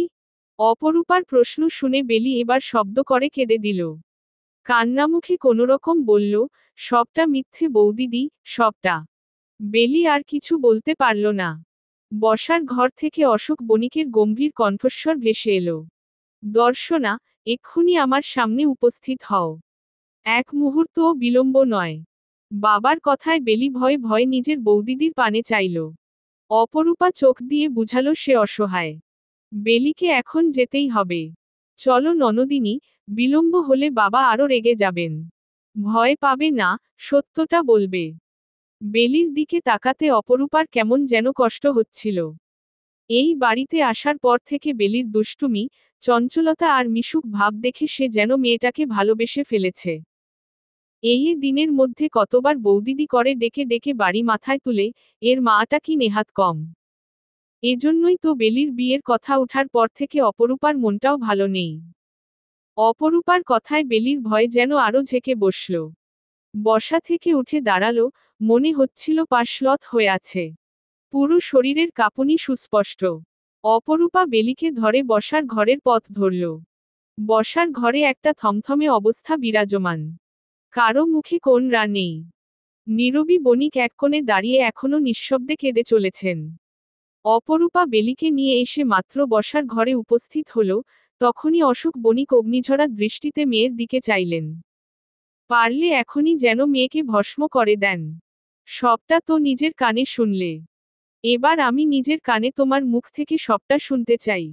বেলি ভয়, লজ্জায় কুণ্ঠিত। কি বলবে, কি করবে যেন মস্তিষ্কে কিছুই ধরা দিচ্ছে না। সত্যটা বললেও কি বাবা বিশ্বাস করবেন? এই উদ্বেগও তার মনের অস্থিরতা শতগুণ বাড়িয়ে দিচ্ছে। সবটা ভুল বাবা, সবটা। বিশ্বাস করুন। কোনোরকম কান্নাজৃত কণ্ঠে বেলি কথাটা বলল। তবে গত সন্ধ্যারাতের ঘটনা কি মিথ্যে? আমি সত্যি অরণ্যে গিয়েছিলাম বাবা। তবে অমন আকাশ খারাপ হবে আর অন্ধকার হবে আমি তা ভাবতে পারিনি। কোন নৌকা কিংবা মাঝিও ছিল না। তাই মাস্টারমশাই এর সাথে ফিরেছিলাম। তবে বাবা, আমি এর আগে কোনোদিন উনার সাথে কথা বলিনি। বিশ্বাস করুন বাবা। কিভাবে তুমি আমাকে বিশ্বাসের কথা বলছো? আর না হয় ধরলাম তোমার সব কথা সত্য। কিন্তু তুমি গ্রামের মানুষকে বিশ্বাস করাতে পারবে? আশেপাশের সব গ্রামে তোমার কথা ছড়িয়ে পড়েছে। বুঝতে পারছো তুমি? আমার তো এখন মনে হয়, তোমার বিয়েটাও বোধহয় দিতে পারবো না। আইবুড়ো করে ঘরে রাখতে হবে। অশোক বণিকের কথায় নীরবী আর চুপ থাকতে পারলেন না। আপনি এসব কি কথা বলছেন? আমি জানি, আমার মেয়ে কোন ভুল কথা বলছে না। এই সমাজ আর সমাজের মানুষ আমার মেয়ের গায়ে কলঙ্ক দেবার জন্য উঠেপড়ে লেগেছে। আর আপনি সেই সমাজের পক্ষ নিয়ে নিজের মেয়েকে এমনভাবে কথা শোনাচ্ছেন। বুঝে শুনে কথা বলো নীরবী। আমি যা বলেছি তার মধ্যে একটা শব্দও মিথ্যে নয়। বাবার কথা শুনে নির্দয় যেন হতবাক। সে বলল, আপনি কার সাথে বেলির বিয়ে দিতে চাইলেন বাবা? একটা মেরুদণ্ডহীন পুরুষমানুষের সাথে? কিছুক্ষণ আগে সবাই যে এত কথা বলাবলি করছিল, আপনি সেই পুরুষটার মুখ থেকে একটা শব্দও শুনেছেন? আমার তো মনে হচ্ছিল সে একটা কলের পুতুল। ভালোই হয়েছে, বিয়েটা ভেঙে গেছে। তাহলে তোমার বোনকে তুমি কিভাবে বিয়ে দিবে দাও? আমি আর এসবের মাঝে নেই। এই কথা বলে তৎক্ষণাৎ প্রস্থান করলেন অশোক বণিক। বেলিও কাঁদতে কাঁদতে নিজের ঘরের দিকে অগ্রসর হল। অতসী বণিক এতক্ষণ চুপচাপ সব দেখছিলেন। এবার তিনি মনোরমা বণিককে উদ্দেশ্য করে বললেন, আমি আজই ফিরে যাচ্ছি মা। তোমাদের এত রংতামাশার মধ্যে আমি নেই। বেলির বিয়ে যদি কখনো ঠিক হয়, তো অশোককে বলিও যেন একখানা পত্র পাঠিয়ে দেয়। মনোরমা বণিকও অনেকটা ভেঙে পড়েছেন। যার দরুন মেয়ের কথায় প্রত্যুত্তর করলেন না। প্রকৃতির বুকে গোধূলির ছায়া নেমেছে। গোধূলির অম্বরে পাখিরা ঝাঁকেও ঝাঁকেও উড়ে নিজের নীড়ে ফেরায় মত্ত। কর্মব্যস্ত মানুষরাও নিজেদের কর্মের পরিসমাপ্তি শেষে ঘরে ফেরায় উদ্যত। তবে অবনীন্দ্র আজ এখনো বাড়িমুখো হয়নি। মোহনা গ্রামের বিশালাকা পুকুর পাড়ে আনমনা হয়ে বসে আছে সে। সূর্য দিগন্তকোণে বিদায় নিচ্ছে, শেষ মুহূর্তের লালচে আভা অবনীন্দ্রের দুচক্ষে যেন ভ্রম তৈরি করছে। তার উদাস নয়নে সেদিনের সপ্তদশী কন্যার মুখাবয়ব যেন ভেসে বেড়াচ্ছে। তার এলোমেলো চলন, আকস্মিক ভয় পাওয়া অবনীন্দ্রের মনকে যেন উদ্বেগ করে তুলছে। অবনীন্দ্র আনমনা হয়ে আপনমনেই বলে উঠল, তুমি সেদিন যতই ভয় না পাওয়ার চেষ্টা করে থেকেছ, আমি কিন্তু প্রথম থেকেই তোমার ভয় পাওয়া ধরে ফেলেছি দর্শনা বণিক। অবনীন্দ্র ভাবল, মিথ্যে হোক আর যাই হোক তার জন্যই যখন আজ বেলির এই করুণ অবস্থা, তাহলে এই অবস্থা থেকে বেলিকে রক্ষা করার দায়িত্বটাও নিশ্চয়ই তার। বেলির বর্তমান পরিস্থিতি নিয়ে অবনীন্দ্র উদ্বিগ্ন। সে বুঝতে পারে, একটা মেয়ের জন্য এমন পরিস্থিতি ঠিক কতটা ভয়াবহ। অবনীন্দ্র পুকুরপাড় থেকে উঠে দাঁড়াল। ততক্ষণে চারিদিকে অন্ধকার ঝেপে বসেছে। পুকুর আর বড় বড় মাঠের মাঝখানে সরু মাটির রাস্তা দিয়ে অবনীন্দ্র হাঁটছে। দুপাশে সারি সারি কত গাছপালা। গাছের ডালে কত পাখির আনাগোনা। পাখিদের মিষ্টি মধুর গুঞ্জন অবনীন্দ্রের কর্ণকুহরে সুখ সুখ হয়ে ধরা দিচ্ছে। এই মুহূর্তে তার মনটা যেন একটু হালকা হলো। প্রকৃতির অনিন্দ সুন্দর এই রূপ অবলোকন করতে করতে অবনীন্দ্র বাড়ির দোরে পা রাখল। বাড়িতে পা রাখতেই তাপসী দাস ছুটে এসে ছেলের সামনে দাঁড়ালানে। এসব কি শুনছি বাপ? আশেপাশের সব গা তো রটে গেল, তোর নাকি মাকুন্দা গ্রামের বণিক কন্যার সাথে সম্পর্ক আছে। মেয়েটাকে সবাই কত কি বলছে। তাপসী দাসের বলার দরনে অবনীন্দ্রের মনে হলো, তার মায়ের সব মমতা গিয়ে মেয়েটার উপর বর্ধিত হচ্ছে। তোমাকে কে বলেছে এসব? আজ তো মাকুন্দা গ্রামের হাটবার। ভুলে গেলি? তোর বাবা ওখানেই গিয়েই সব শুনে এলো। গ্রামের মানুষ মিথ্যে রটাচ্ছে মা। ওদের কাজই ছোট কিছুকে বড় করে উপস্থাপন করা। মাছেলের কথার মাঝে বিজু দাস এবং অরুণিমাও বাইরে এলো। অরুণিমা বলল, আমার মনে হয় ওই মেয়েকে তোমায় বিয়ে করতে হবে। না হলে মেয়েটা সমাজের মানুষের কটুকথার তলায় চাপা পড়ে যাবে। জাতপাতের ব্যবধান ভুলে গেলি নাকি রে? ওরা বণিক আর আমরা দাস। আমার ছেলে যতই পড়ালেখা জানা হোক কিংবা বিলেত থেকে পড়ে আসা মাস্টার হোক, জাতের দিকে তাকিয়ে ওদের মেয়েকে কখনো আমাদের ঘরে দিবে না। দরকার হলে মেয়েকে চিরজীবন ঘরে রেখে দেবে, তাও তো দিবে না। বিজু দাসের কথায় অবনীন্দ্রের মন কেমন বিচলিত হয়ে উঠল। এটাই তো সত্য। সে আর এক মুহূর্তও বাইরে না দাঁড়িয়ে নিজের ঘরে চলল। সময়টা গ্রীষ্মের মাঝামাঝি। এক পক্ষ আগেই প্রকৃতি থেকে বসন্ত পুরোদমে বিদায় নিয়েছে। বণিক বাড়ির অবস্থা এখনো স্বাভাবিক হয়নি, সর্বদা থমথমে অবস্থা বিরাজমান। সেই সাথে বণিক বাড়ির মানুষগুলোর উপর সমাজস্থ মানুষদের নানান কটু কথাও থামেনি। অবশ্য সমাজটা এমনই, মেয়েদের সামান্য খুঁতো বড় করে দেখা হয়, দোষ না করলেও মেয়েদেরকে দোষী বানানো হয়। আর পুরো মেয়েজাতীয় তখন সেই বিপদগ্রস্ত মেয়েটার বিরুদ্ধে কথা বলে। অর্থাৎ মেয়েরাও মেয়েদের বুঝার চেষ্টা করে না। আর রইল পুরুষ জাতি, তারা তো সদা সর্বদা মাথা উঁচু করে বাঁচার জন্যই পৃথিবীতে এসেছে। তাদের খুঁত কিংবা দোষ কোনোটাই ধরা হয় না। যেমনটা অবনীন্দ্রের ক্ষেত্রে বলা বাহুল্য। ঘটনাটা ঘটার এক পক্ষ সময় অতিক্রম হওয়ার সাথে সাথেই অবনীন্দ্রকে নিয়ে বিভিন্ন মানুষদের কথাবার্তা সব বন্ধ হয়ে গেল, কিন্তু বেলিকে নিয়ে বিভিন্ন কটু কথা যেন দিনকে দিন বাড়ছে। এর মধ্যে অশোক বণিক মেয়ের বিয়ের জন্য চেষ্টার কমতি রাখছেন না, কিন্তু সবার এক কথা, তাদের মেয়ে চরিত্রহীনা। বিয়ের আগেই পর পুরুষের সাথে সম্পর্কে লিপ্ত। আর এমন মেয়েকে কিছুতেই ঘরের বউ করা যাবে না। নির্দয়ও বিভিন্ন চেষ্টা করে যাচ্ছে, তবে সবার মুখেই এক কথা। নীরবী বণিক যেন একেবারেই ভেঙে পড়েছেন। এদিকে মনোরমা বণিকের অবস্থাও তেমন ভালো নয়। একমাত্র নাতনির চিন্তায় তিনি প্রায় শয্যাশায়ী। অপরূপা বাড়ির সবাইকে সামলাতে ব্যস্ত। আর রইল বেলি, সে সারাক্ষণ নিজের ঘরে শুয়ে নয়তো বসে সময় কাটায়। কারো সাথে কথা বলে না, সব সময় নীরবতা ওকে যেন আঁকড়ে রাখে। খাওয়া দাওয়ারও নিয়ম উঠে গেছে। বাড়ি থেকে বের হতে পারে না, নিজের সইদের সাথেও দেখা হয় না।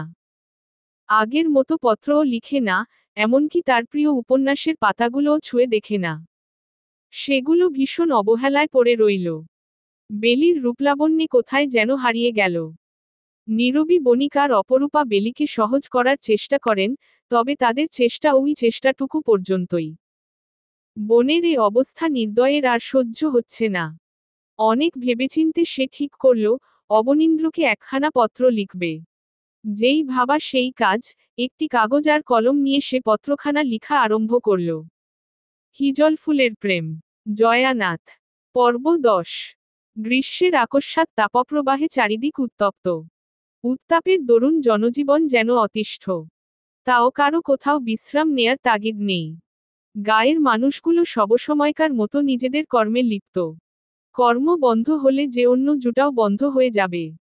সময়টা 3:26। অবনীন্দ্র কদমতলায় দাঁড়িয়ে আছে। সে নজর ঘুরিয়ে আশেপাশের কৃষিজমিগুলো দেখছে। যেখানে এই খররোদ্রে এখনো কৃষকরা চাষাবাদের কাজ করে যাচ্ছে। অবনীন্দ্র স্কুলের ক্লাস শেষে যখন বের হবে, তখনই পিয়ন তার হাতে একটা খাম দিল। খামের উপরে পত্রদাতার নামের জায়গায় নির্দয় বণিক লেখা। অথচ অবনীন্দ্র একটুও বিস্মিত হয়নি, যেন সে জানত এমন একটা পত্র তার উদ্দেশ্যে আসবে।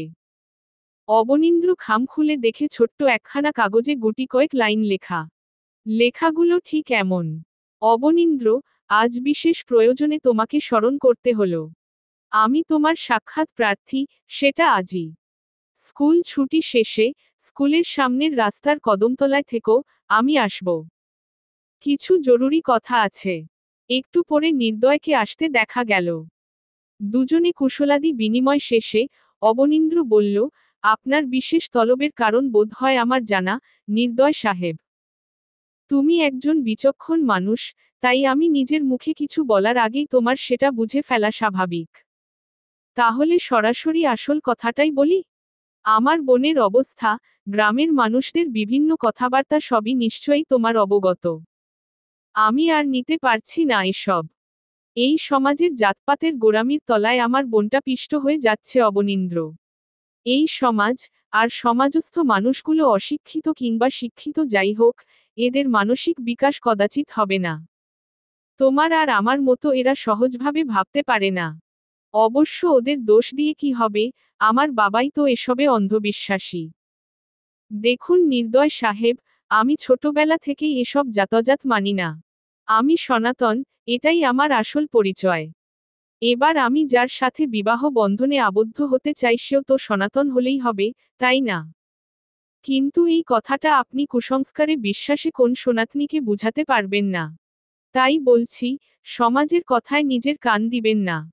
আপনি যেটাতে ভালো থাকবেন সেটাই নিশ্চয়ই আপনার করা উচিত। জীবন যেহেতু আপনার, তাই এর সাথে সংশ্লিষ্ট বিষয়াদিও আপনাকে ভোগ করতে হবে, সেটা সুখ হোক আর দুঃখ। আজ বিপদে পড়ে দেখুন, সমাজের কেউ আপনার সাহচর্যে ভুলেও আসবে না। আর ইনিয়ে বিনিয়ে কথা বলতে আমি ঠিক পারি না, তাই বলছি, আপনার পরিবারের সাথে সব ঠিকঠাক করে সিদ্ধান্ত আমায় জানাবেন। আমি সবকিছুতেই রাজি, আর আমার পরিবারও। আশা করি আমি কি বললাম, আপনি তা বুঝেছেন? তোমার আর তোমার পরিবারের চিন্তাচেতনা খুবই প্রশংসনীয় অবনীন্দ্র। কিন্তু আমার পরিবারকে না হয় রাজি করালাম, এই সমাজের মানুষগুলোর মুখ কিভাবে বন্ধ করব? আমার বোন এমনিতে ভঙ্গুর হয়ে গেছে, এর বেশি ও কিভাবে নিবে? আপনি শুধু সঠিক সিদ্ধান্ত জানাবেন, বাকিটা আমার দায়িত্ব। অবনীন্দ্রের কথায় নির্দয় যেন আশার প্রদীপ হাতে পেল। একটা স্বস্তির নিঃশ্বাস পেলে নির্দয় বাড়িমুখো রওনা দিল। বিপরীত দিকে অবনীন্দ্রও চলল। দুজনের পথ আলাদা হলেও, চিন্তা যেন একই বিন্দুর মধ্যিখানে। দুজনের ভেতরটা ওদের জানান দিচ্ছে, একটা ছোটখাটো ঝড়ের সম্মুখীন খুবই শীঘ্রই হতে হবে।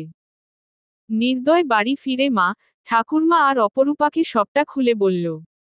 সব শুনে মনোরমা বণিক একটা দীর্ঘ নিঃশ্বাস নিগর্মন করে জানালেন, আমি চাই আমার নাতনিটা এই বিপদ থেকে উদ্ধার হোক। বিভিন্ন মানুষের বিভিন্ন কথা চিরতরে বন্ধ হয়ে যাক। ছোট থেকে বিজুর ছেলেকে দেখে এসেছি, ও অনেক ভালো ছেলে। এবার তোর দাদু আর বাবাকে মানাতে হবে রে দাদু ভাই। তুমি চিন্তা করো না ঠাকুরমা, সবটা ঠিকঠাক হবে, শুধু একটু কষ্ট হবে এই যা। আর বাবাকে বুঝাতে পারলেই দাদুও বুঝে যাবে। নীরবী বণিক কোন কথা বলছেন না। তিনি কেমন কাঠের পুতুলের মতে নির্জীব হয়ে বসে আছেন। নির্দয় তার মাকে লক্ষ্য করল। মায়ের দিকে তাকালে যে তার বুকটা ফেটে যায়। প্রতিদিন রাতে খাওয়া দাওয়া শেষ করে অশোক বণিক নিজের ঘরে বসে কিছুক্ষণ উপন্যাসের বই পড়েন। আজও খাবার খেয়ে যথারীতি উপন্যাসের বই পড়তে বসলেন। তখন নির্দয়ের প্রবেশ ঘটল। কি ব্যাপার, আজ হঠাৎ অসময়ে আমার ঘরে? কেন বাবা, আমি কি আপনার ঘরে আসতে পারি না? তা কখন বললাম? এই সময়ে তো কখনো আসো না, আজ হঠাৎ এলে। কিছু জরুরি কথা ছিল। মনে হলো এটাই উপযুক্ত সময়। এত ব্যাখ্যা বিশ্লেষণে না গিয়ে বলে ফেলো। বাবার অনুমতি পেয়ে নির্দয় বিছানার একপাশে বসল। আস্তে ধীরে অবনীন্দ্রের বলা কথাগুলো নিজের হয়ে বলে ফেলল। যতক্ষণ নির্দয় কথা বলছিল ততক্ষণ যাবৎ অশোক বণিক একটা কথাও বললেন না। তার মুখাবয়ব দেখে মনে হচ্ছে নির্দয়ের কথা শোনার পর শত গাম্ভীর্যতা এসে বুঝি তার আদলে ঝেঁকে বসল। বাবা, গ্রামের মানুষগুলোর কটু কথার বানে আমার বোনটা ধুকে ধুকে মরবে তা কিন্তু আমি দেখতে পারবো না। এই আজ আপনি অন্য কোথাও বেলির বিয়ে দিতে পারছেন না, এর জন্য দায়ী কারা জানেন? সমাজের মানুষগুলোই দায়ী। তাহলে আপনি কেন ওই মানুষগুলোর জন্য নিজের মেয়েকে দোষারোপ করছেন? অবশ্য আপনি নিজেও জানেন, বেলি নির্দোষ। নির্দয়ের কথা শুনে এই পর্যায়ে অশোক বণিকের চোখে যেন জল টলমল করে উঠল। নেহাত ছেলে টের পায়, তাই অন্য দিকে তাকিয়ে রইলেন। ওভাবেই বললেন, তাহলে এখন কি করতে বলছো? বাবার কথায় নির্দয়ের বুক থেকে যেন এক খণ্ড শক্ত পাথর নেমে গেল। হাসিমুখে বলল, আপনি বিজু কাকার উদ্দেশ্যে একখানা পত্র লিখে পাঠান বাবা। ঠিক আছে, সব না হয় মানলাম। কিন্তু এই জাতপাতের সংস্কারকে বুড়ো আঙুল দেখিয়ে সহজে তো এই বিয়ে হবে না নির্দয়।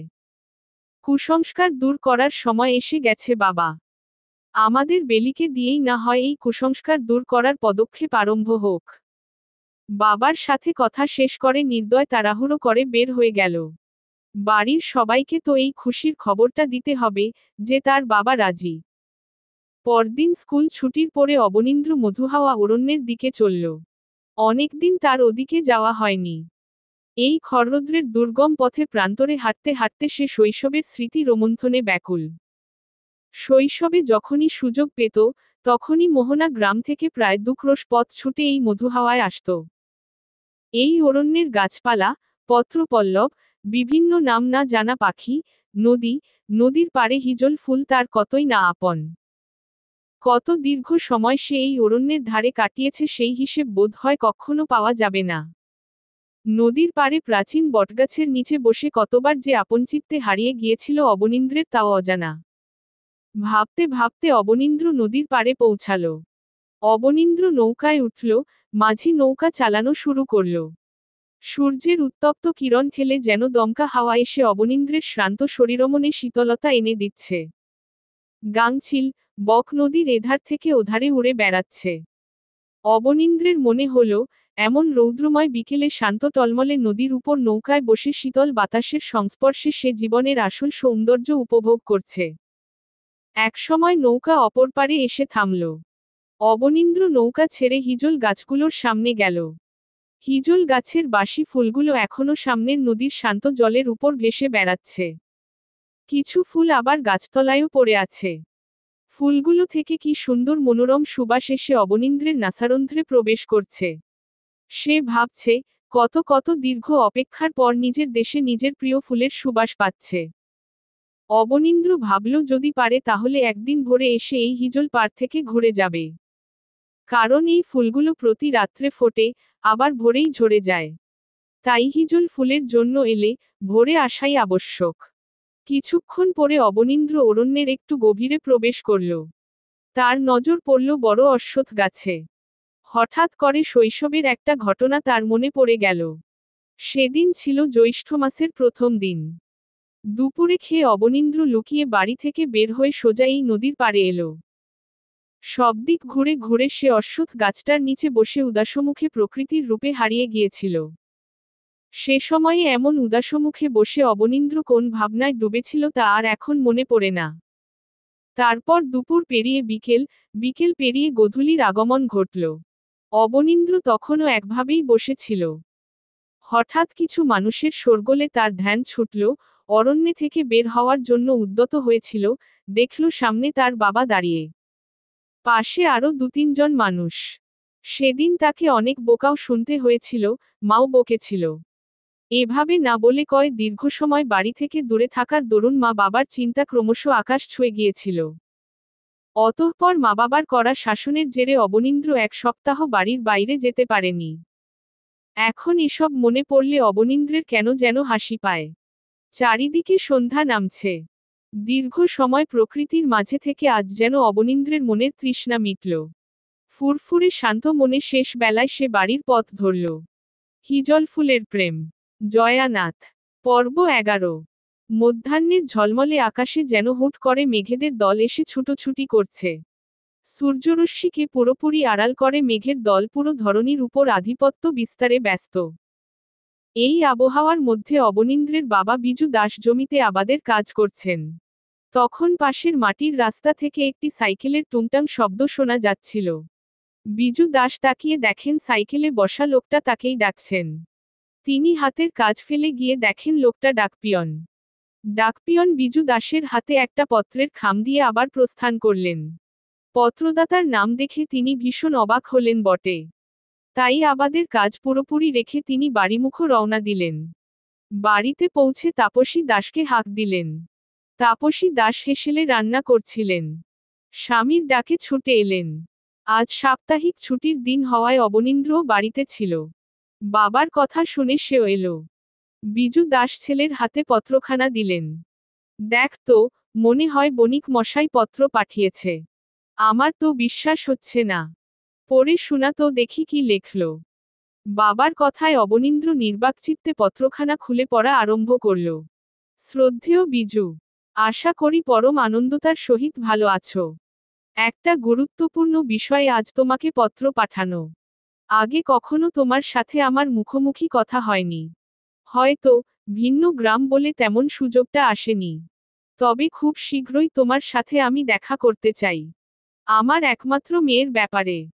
তোমার একমাত্র সুপুত্র অবনীন্দ্র দাসের সাথে আমার একমাত্র কন্যা দর্শনা বণিকের বিবাহ সম্পর্কিত আলাপ। এই বিষয়ে যদি তোমার কিংবা তোমার পরিবারে অন্যান্য সদস্যদের কোন সমস্যা না থাকে তবে আগামীকাল অপরাহ্নে আমার বাড়িতে তোমাদের আসার আমন্ত্রণ রইল। আমি এবং আমার পরিবার তোমাদের অপেক্ষায় রইলাম। ইতি অশোক বণিক। পত্রের লেখাগুলো শোনার পর অবনীন্দ্রের মা বাবা যেন নির্বাক হয়ে গেলেন। অথচ অবনীন্দ্রের আদলে কোন প্রতিক্রিয়া নেই। তাকে দেখলে মনে হয়, যা কিছু ঘটেছে কিংবা ঘটছে সবই তার নিকট স্বাভাবিক। তাপসী দাস ছেলের উদ্দেশ্যে বললেন, হ্যাঁ রে বাবা, ওরা শেষমেশ বুঝি আমাদের মানে দাসদের কাছে এলো। এটা তো অসম্ভব, অন্তত ওদের কাছে। জগতে সবই সম্ভব মা। আর রইল জাতের ব্যবধান? এটা তো শুধু একটা ধর্মীয় কুসংস্কার, অন্ধবিশ্বাস। আস্তে ধীরে সময় বদলের সাথে সাথে এই অন্ধবিশ্বাসও একদিন হিন্দু সমাজ থেকে উঠে যাবে। অবনীন্দ্রের কথায় বিজু দাস বললেন, আমি ধরে নিলাম তোর আর বণিকের মেয়ের বিয়েটা হবে। কিন্তু গ্রামের মানুষগুলো কি এই বিয়ে মানবে? কত বড় একটা ঝামেলা হবে তুই বুঝতে পারছিস? গ্রামের মানুষের কি দরকার আমাদের বিয়ে মানা? তুমি মানবে, মা মানবে, বণিক পরিবার মানবে। বাকিরা তো কেউ নয়, তাহলে তাদের মানামানির কি আছে? আর রইল ঝামেলা, ওসবের চিন্তা তোমাদের করতে হবে না। মেয়েটার জন্যও তো চিন্তা করতে পারো বাবা। ওর অবস্থাটা তো তোমাদের জানা, তাই না? মেয়েটার কথা ভাবলে আমারও যে কষ্ট হয়। কিন্তু, আর কোন কিন্তু নয় মা। সব কিন্তুর প্রশ্ন মাটি চাপা দিয়ে দাও। এই কথা বলে অবনীন্দ্র চলে যাচ্ছিল, আবার কিছু একটা মনে করে বাবা মায়ের সামনে এলো। অরুণিমাকে কিছুদিন আগে তার বর এসে নিয়ে গেল। অবনীন্দ্র ভাবল ভগ্নিপতিকে একটা পত্র পাঠানো দরকার, আগামীকাল যাতে সেও বণিকবাড়ি যাওয়ার জন্য নিজেকে প্রস্তুত করে যথাসময়ে এই বাড়িতে আসতে পারে। বাবা মাকে ভগ্নী আর ভগ্নিপতির কথা জানিয়ে অবনীন্দ্র পত্র লেখার জন্য ঘরমুখ প্রস্থান করল। অমাবস্যার নিগুড় রাত। বাইরের কোথাও এক ফোঁটা আলো নেই। বেলির ঘরে শুধুমাত্র একটি হ্যারিকেনের টিমটিম আলো জ্বলছে, যার ফলে পুরো ঘর প্রায় অন্ধকারে নিমজ্জিত। অমাবস্যা হওয়ায় আজ আকাশে চাঁদও নেই, তবুও বেলি একটি চেয়ারে বসে জানালার বাইরের দিকে তাকিয়ে আছে। বাইরে প্রচণ্ড বাতাস, দমকা হাওয়া এসে ঘরের চার দেওয়ালে যেন বাড়ি খাচ্ছে। হাওয়ার বেগে বেলির শাড়ির আঁচল উড়ছে, চুলগুলো এতে চোখে মুখে আছড়ে পড়ছে। ঠিক কতক্ষণ এভাবে বসে অন্ধকারে নিমজ্জিত আকাশপানে চেয়েছিল, বেলি তাও জানে না। একটু পরে নীরবী বণিক হাতে খাবার নিয়ে ঘরে এলেন। এসেই ঘরের জানালার কপাট বন্ধ করতে করতে বললেন, আজ বোধ হয় তুমুল ঝড় নামবে বেলি। বৈশাখের প্রথম ঝড়। পিছনের আম বাগান থেকে সব আম নির্ঘাত ঝরে পড়বে। মেয়ের সাথে বিভিন্ন কথা বলতে বলতে নীরবী বণিক মেয়েকে খাবার খাইয়ে দিলেন। বেলিও মায়ের প্রতিটি কথায় সাই জানিয়ে গেল। খাওয়ানো শেষে নীরবী বণিক মেয়ের বিবর্ণ আদলের দিকে বেশ কিছুক্ষণ এক দৃষ্টিতে চেয়েছিলেন। তারপর একটু ইতস্ততভাবে বেলিকে বললেন, আগামী অপরাহ্নে তোকে দেখতে আসবে বেলি। মায়ের কথায় বেলি কেমন করে যেন তাকালো। তার সেই চোখের ভাষায় কত আকুতি, মিনতি। ভাবিস না, এবার আর খারাপ কিছু হবে না। ঈশ্বর এবার আর খারাপ কিছু হতে দিবেনি না। এখন ঘুমিয়ে পড়, তুই নিশ্চিতে ঘুমা মা। তোর মা বাবা, ভাই থাকতে তোর কোন ক্ষতি হবে না। নীরবী বণিকের চোখের কোণে অশ্রুরা এসে ভিড় জমাচ্ছেন। মেয়ের সামনে মোটেও তিনি কান্না করতে চাইছেন না। তাই তাড়াহুড়ো করে বেলির ঘর থেকে বের হয়ে গেলেন। অবনীন্দ্রের পত্র পেয়ে পরের দিন মধ্যাহ্নে অরুণিমা তার স্বামী প্রবণের সাথে বাবার বাড়ি এসেছে। তাদের ছোট্ট ছেলে বাবুন অল্পদিনের ব্যবধানে আবারও মামার বাড়ি আসায় ভীষণ উচ্ছ্বাস। এদিকে পাশের গ্রাম থেকে অবনীন্দ্রের দুই মামা কেশব ও লক্ষণও বোনের বাড়িতে হাজির। একমাত্র ভাগ্নের জন্য মেয়ে দেখতে যাবে, তারা না গেলে হয় নাকি। সবাই মিলে সব পরিকল্পনা শেষে খাবার খেতে বসল। খাওয়া দাওয়ার পাট চুকিয়েই মাকুন্দা গ্রামের উদ্দেশ্যে রওনা দিবে। অবনীন্দ্র তার মা আর বোনকেও বারবার সাথে যাওয়ার জন্য বলাবলি করছে। কিন্তু তাপসী দাসের সেই এক কথা, মেয়েমানুষ গেলে লোকে মন্দ বলবে। শেষে অবনীন্দ্র, তার বাবা, ভগ্নিপতি আর দুই মামা মিলে মাকুন্দা গ্রামের বণিক বাড়ির উদ্দেশ্যে প্রস্থান করল। অপরূপা বেলির গায়ে একটা সবুজ রঙা শাড়ি জড়িয়ে দিল। খুব নিপুণভাবে সে বেলিকে সাজিয়ে দিল। সাজানো শেষে বলল, জানো ননদিনী, আজ তোমাকে মাস্টার মশাই দেখতে আসছেন। অপরূপার কথায় বেলি যেন চমকে উঠল। গতকাল রাতেও তো তার মা কিছু বলল না। বেলি অতি আশ্চর্য। বেলি তৈরি হওয়ার পরপরই অবনীন্দ্ররা বণিক বাড়ির দোরে পৌঁছাল। অশোক বণিক আপ্যায়নের কোন ত্রুটি রাখছেন না। এই মুহূর্তে অশোক বণিককে দেখলে কেউ বলবে না, উনি একদিন জাতপাতের বৈষম্যের অঙ্গীকার ছিলেন। নির্দয় আজ ভীষণ খুশি। তার চাওয়া যে পূর্ণ হতে চলেছে। সেও অতিথি সমাদরে ব্যস্ত। এক পর্যায়ে নীরবী বণিক গিয়ে ছেলের বউকে বললেন বেলিকে যেন বসার ঘরে উপস্থিত করে। এত সব মানুষের মধ্যে ছোট্ট নিহি এঘর ওঘর ঘুরে ফিরে নাচছে। কারণ তার মা বলেছে এবার তার পিসিমণির বিয়ে হবেই। এই খুশিতে সে আত্মহারা। বেলিকে বসার ঘরে উপস্থিত করার এক পর্যায়ে অশোক বণিক বিজু দাসের উদ্দেশ্যে প্রশ্ন করলেন, বিজু, আমার মেয়েকে তোমাদের ঘরে নিতে আপত্তি নেই তো? আপত্তির তো প্রশ্নই উঠে না মশাই, আপনার মেয়ে যদি আমার ঘরে আমার পুত্রবধূ হয়ে যায় তাহলে সেটা আমার 7 জন্মের ভাগ্য। বিজু দাসের কথায় উপস্থিত সকল ব্যক্তির মন যেন আনন্দে পুলকিত হল। এর মধ্যে বেলি একটিবারও মাথা তুলে অবনীন্দ্রের দিকে চাইল না, আর না অবনীন্দ্র বেলির দিকে চাইল। বিভিন্ন কথাবার্তা শেষে মিহিরকান্ত বণিক বললেন, আমরা তাই আগামী সপ্তাহে বিয়েটা হয়ে যাক। আপনাদের আপত্তি আছে? সবশেষে এইবার অবনীন্দ্রের কণ্ঠস্বর ভেসে এলো, আমাদের কোন সমস্যা নেই। আপনারা আপনাদের সুবিধে অনুযায়ী তারিখটা জানাতে পারেন। অবনীন্দ্রের কণ্ঠস্বর বেলির কর্ণকুহুরে প্রবেশ করার সাথে সাথে বেলির মনে হলো, এই মাস্টার মশাই তো গাম্ভীর্যে ঘেরা। মনে হয় সমাজের চাপে এই বিয়ে করার সিদ্ধান্ত নিল। অবশেষে গুরুজনদের সিদ্ধান্তে আগামী জ্যৈষ্ঠ মাসের 4 তারিখ গোধূলি লগ্নে অবনীন্দ্র আর বেলির বিয়ের ক্ষণ ঠিক হল। বণিক বাড়ির সবার মুখে এতদিন পরে যেন হাসি ফুটল। মনোরমা বণিক হাসতে হাসতে শাড়ির আঁচলে অশ্রুকণা মুছছেন। এদিকে নীরবী বণিকের বুকের ভেতর তোলপাড় হচ্ছে, তার মেয়েটা আর সপ্তাহখানেক তার কাছে আছেন, এরপর সারা জীবনের জন্য অন্যের বাড়িতে চলে যাবে। এটা ভেবেই মায়ের মন ভেঙে আসছে। অন্যদিকে গ্রামের মধ্যে একটা চাপা গুঞ্জন ছড়িয়ে পড়েছে, বণিকদের মেয়ের সাথে দাসের ছেলের বিয়ে হচ্ছে, সেই ছেলে যতই শিক্ষিত আর বিলেতফেরত হোক দাস তো দাসী। অশোক বণিক কিভাবে এমন জাতের ঊর্ধ্বে গিয়ে দাসের ছেলের সাথে নিজের মেয়ের বিয়ে দিচ্ছেন গ্রামের মানুষ সেটার কিনারা খুঁজে পাচ্ছেন না। হিজল ফুলের প্রেম। জয়ানাথ। পর্ব 12, শেষ পর্ব। অবনীন্দ্রদের বাড়ি ফিরতে সন্ধ্যা হয়ে গেল। তাপসী দাস আর অরুণিমা বিয়ের পাকা কথা শুনে বেশ উৎফুল্ল। ইতোমধ্যেই বিয়ের পরিকল্পনা সবাই মিলে শুরু করে দিয়েছে। অন্যদিকে বণিক বাড়িতেও বিয়ের তোড়জোড় শুরু হচ্ছে। অশোক বণিক একমাত্র ভগ্নিপতি বিহল বণিককে দ্রুত আমন্ত্রণ পত্র পাঠিয়ে দিয়েছেন। দুই বাড়িতেই বিয়ের আমেজ শুরু। অতিথিদের আমন্ত্রণ পত্রও পাঠানো হচ্ছে। তবে বিপত্তি বাধল গ্রামের মানুষদের নিয়ে। জাতের ঊর্ধ্বে গিয়ে এই বিয়ে তারা কিছুতেই মেনে নিতে পারছে না। যুগ যুগ ধরে জাতে জাতে মিল রেখে বিয়ের কার্য সম্পন্ন হয়ে এসেছে, আর এখন কিনা বণিক বাড়ি আর দাস বাড়ি এই নিয়ম ভাঙতে বসেছে। বিগত দুদিন ধরে বিভিন্ন মানুষ অবনীন্দ্রদের বাড়ি বয়ে এসে নানান কটু কথা বলে যাচ্ছে। একজন তো এমনও বলল, এই বিয়ে ধর্মে সইবে না, স্বয়ং ঈশ্বরের শাপ বর্ষিত হবে। অবনীন্দ্র প্রতিউত্তরে বলল, ভেদাভেদের ব্যাখ্যা ধর্মগ্রন্থে নেই। ঈশ্বরের দৃষ্টিতে সবাই সমান। উঁচু নিচু বলতে কিছু হয় না। অবনীন্দ্রের এমন আরও বিভিন্ন কঠোর কথায় আর তার অভিনব কঠোর ব্যক্তিত্বের দরুন গ্রামের মানুষগুলো এর বেশি কিছু বলার সাহস পায়নি।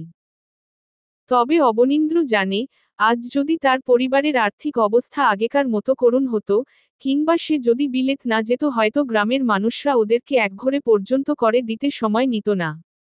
একই অবস্থা বণিক পরিবারেরও। তবে মাকুন্দা গ্রামের সব ধরনের মানুষ খাদ্যের জন্য বণিকদের উপরই নির্ভরশীল। স্বল্প মূল্যে বিভিন্ন আহারের সামগ্রী বণিকদের থেকে ক্রয় করতে পারে বলে তাদের খাদ্যের অভাব হয় না। তাহলে আর কোন্মুখে গিয়ে সামনাসামনি তারা বণিক পরিবারের বিরুদ্ধে কথা বলবে? যার অর্থ আছে, তার সবই আছে, আর সে সবই করতে পারে।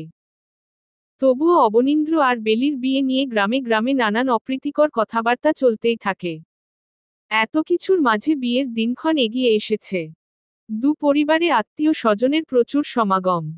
আত্মীয়রাও আবার অশোক বণিক আর নীরবী বণিককে নানান অপ্রীতিকর কথা শোনাতে ছাড়ছেন না। নিজেদের জাত খুইয়ে অন্য জাতের ছেলের সাথে একমাত্র মেয়ের বিবাহ দিচ্ছে, এটা তারা সহজভাবে নিতে পারছে না। এমনকি বেলির একমাত্র পিসি অতসী বণিকও এই বিয়ের বিরুদ্ধে কথা বলছেন। তবে সমস্ত জাতজাতের কথা উড়িয়ে দু পরিবারের সদস্যরা তাদের সিদ্ধান্তে অটল রইল। দেখতে দেখতে জ্যৈষ্ঠ মাসের ৩ তারিখ অবনীন্দ্র আর বেলির গায়ে হলুদ সম্পূর্ণ হয়ে গেল। দুই বাড়িতে আলাদাভাবে এই অনুষ্ঠান সুষ্ঠুভাবে মিটল। ৪ তারিখ গোধূলি লগ্নে অবনীন্দ্র বরবেশে বরযাত্রী নিয়ে বণিক বাড়িতে পা রাখল। আর বেলি লাল শাড়িতে লাল টুকটুকে বউ সেজে অবনীন্দ্রের অপেক্ষায়। বণিকরা নতুন অতিথি সমাদরে কোন ত্রুটি রাখলেন না। অতঃপর বিভিন্ন মন্ত্র উচ্চারণের মাধ্যমে বিবাহের সমস্ত নিয়মকানুন শেষে অবনীন্দ্র আর বেলি ৭ জন্মের জন্য ৭ পাকে বাঁধা পড়ল। আর সিঁদুরদানের মাধ্যমে পুরোহিত মশাই বিবাহ সমাপ্ত ঘোষণা করলেন। কনে বিদায়ের সময় অশোক বণিক কান্নায় ভেঙ্গে পড়লেন। সবাই যেন শক্তপোক্ত মনের অধিকারী এই মানুষটার কান্না দেখে নির্বাক। নীরবী বণিক শক্ত করে মেয়েকে জড়িয়ে ধরে রেখেছেন, মনে হচ্ছে বাঁধন ছাড়লেই বুঝি তিনি আর কখনো মেয়েকে দুচক্ষে দেখতে পাবেন না। অপরূপাও এক কোণে দাঁড়িয়ে কাঁদছে, শুধু অতসী বণিকের চোখে জল নেই, তার মুখে এখনো অসন্তুষ্টির চাপ স্পষ্ট। অবনীন্দ্রের দিকে তিনি কেমন রুষ্ট চোখে চেয়ে আছেন। তবে বিহল বণিক খুবই খুশি, তার মনে হচ্ছে অশোক বণিক মেয়ের জন্য যোগ্য পাত্র খুঁজে নিয়েছেন। এক আকাশ সমান বিষাদে টইটম্বুর হয়ে বণিক পরিবার তাদের একমাত্র কনেকে সারাজীবনের জন্য বিদায় দিয়ে দিলেন। আজ থেকে বেলি তাদের জন্য শুধু অতিথি। পালকি করে নতুন বউবেশে অশ্রুজল নির্গত করতে করতে বেলিও শ্বশুরালয়ে প্রস্থান করছে। অবনীন্দ্র যখন পালকি থেকে বেলিকে হাত ধরে নামাচ্ছিল তখন এক মুহূর্তের জন্য অবনীন্দ্রের হৃদয় যেন থমকে গিয়েছিল। ভালো লাগা কিংবা খারাপ লাগা কিছু প্রকাশ না করে অবনীন্দ্র আস্তে করে হেসে ফেলল। বেলি সংকোচের সহিত অবনীন্দ্রের দিকে চাইলে, অবনীন্দ্র বলল, তোমার এমন বাচ্চাদের মতো কান্না দেখে সেই কবে থেকে হাসি আসছিল, কিন্তু ভদ্রতার কারণে কষ্ট করে হাসি চাপতে হলো দর্শনা। বেলি রাগ করতে গিয়েও যেন পারল না। তার মাস্টারমশাইয়ের মুখে এই প্রথম নিজের নাম শুনে সে যেন নিশ্চল। তাপসী দাস ছেলের বউকে আদর সমাদরে বরণ করে নিতে ব্যস্ত। অরুণিমাও একমাত্র ভাইয়ের বউকে উৎসুক হয়ে কাছে টেনে নিচ্ছে। দাস বাড়িতে যেন খুশির আমেজ উপচে পড়ছে। সমাজের সমস্ত কলুষিত বাক্য, জাতের ভেদাভেদকে তুচ্ছ করে অবনীন্দ্র আর বেলির বিয়ে যেন এক দৃষ্টান্ত হয়ে রইল। অবনীন্দ্র আর বেলির বিয়ের 18তম দিন অতিক্রম হয়ে গেল। সেদিন অপরাহ্ন থেকে অম্বরে যেন মেঘের ছায়া নেমেছে। যে কোনো মুহূর্তে তুমুল বারিধারা ধরণীর বুকে উপচে পড়বে। বেলি নিজের ঘরে জানালার শিয়েরে বসে একমনে পায়ে আলতা লাগাচ্ছিল। তার খোলা চুলগুলো বাতাসের ঝাপটায় মুখ, ললাটের উপরিভাগে এসে আছড়ে পড়ছে। তখনই অবনীন্দ্র ঘরে প্রবেশ করল। বেলির দিকে এক পলক তাকিয়ে এগিয়ে এসে বেলির চুলগুলো যত্ন করে বেঁধে দিল। অথচ বেলির কোন হেলদোল নেই। একটু পরে অবনীন্দ্র নিজে থেকে বলল, আচ্ছা, তোমার কাঠের বাক্সে ছোট চিরকুটগুলো কে দিল? আপনি কিভাবে জানেন কাঠের বাক্সে চিরকুট আছে? গত সপ্তাহে যখন তোমাকে তোমার বাবার বাড়ি থেকে নিয়ে আসার জন্য গিয়েছিলাম তখন। এত প্রশ্ন না করে আমার কথার উত্তর দাও। বেলি অবনীন্দ্রের দু চক্ষের পানে চাইল। কিছুক্ষণ মৌন থেকে বলল, ওগুলো তো সব আপনার দেয়া চিরকুট। কি ভেবেছেন আমি বুঝব না? বেলির কথায় অবনীন্দ্র হেসে উঠল। তবে আপনাকে দেখে কেউ বলবে না যে আপনিও প্রেম বিষয়িক চিরকুট লিখতে পারেন। আপনাকে দেখলে অনেক গম্ভীর মানুষ মনে হয়। বেলি হাসতে হাসতে কথাগুলো বলল।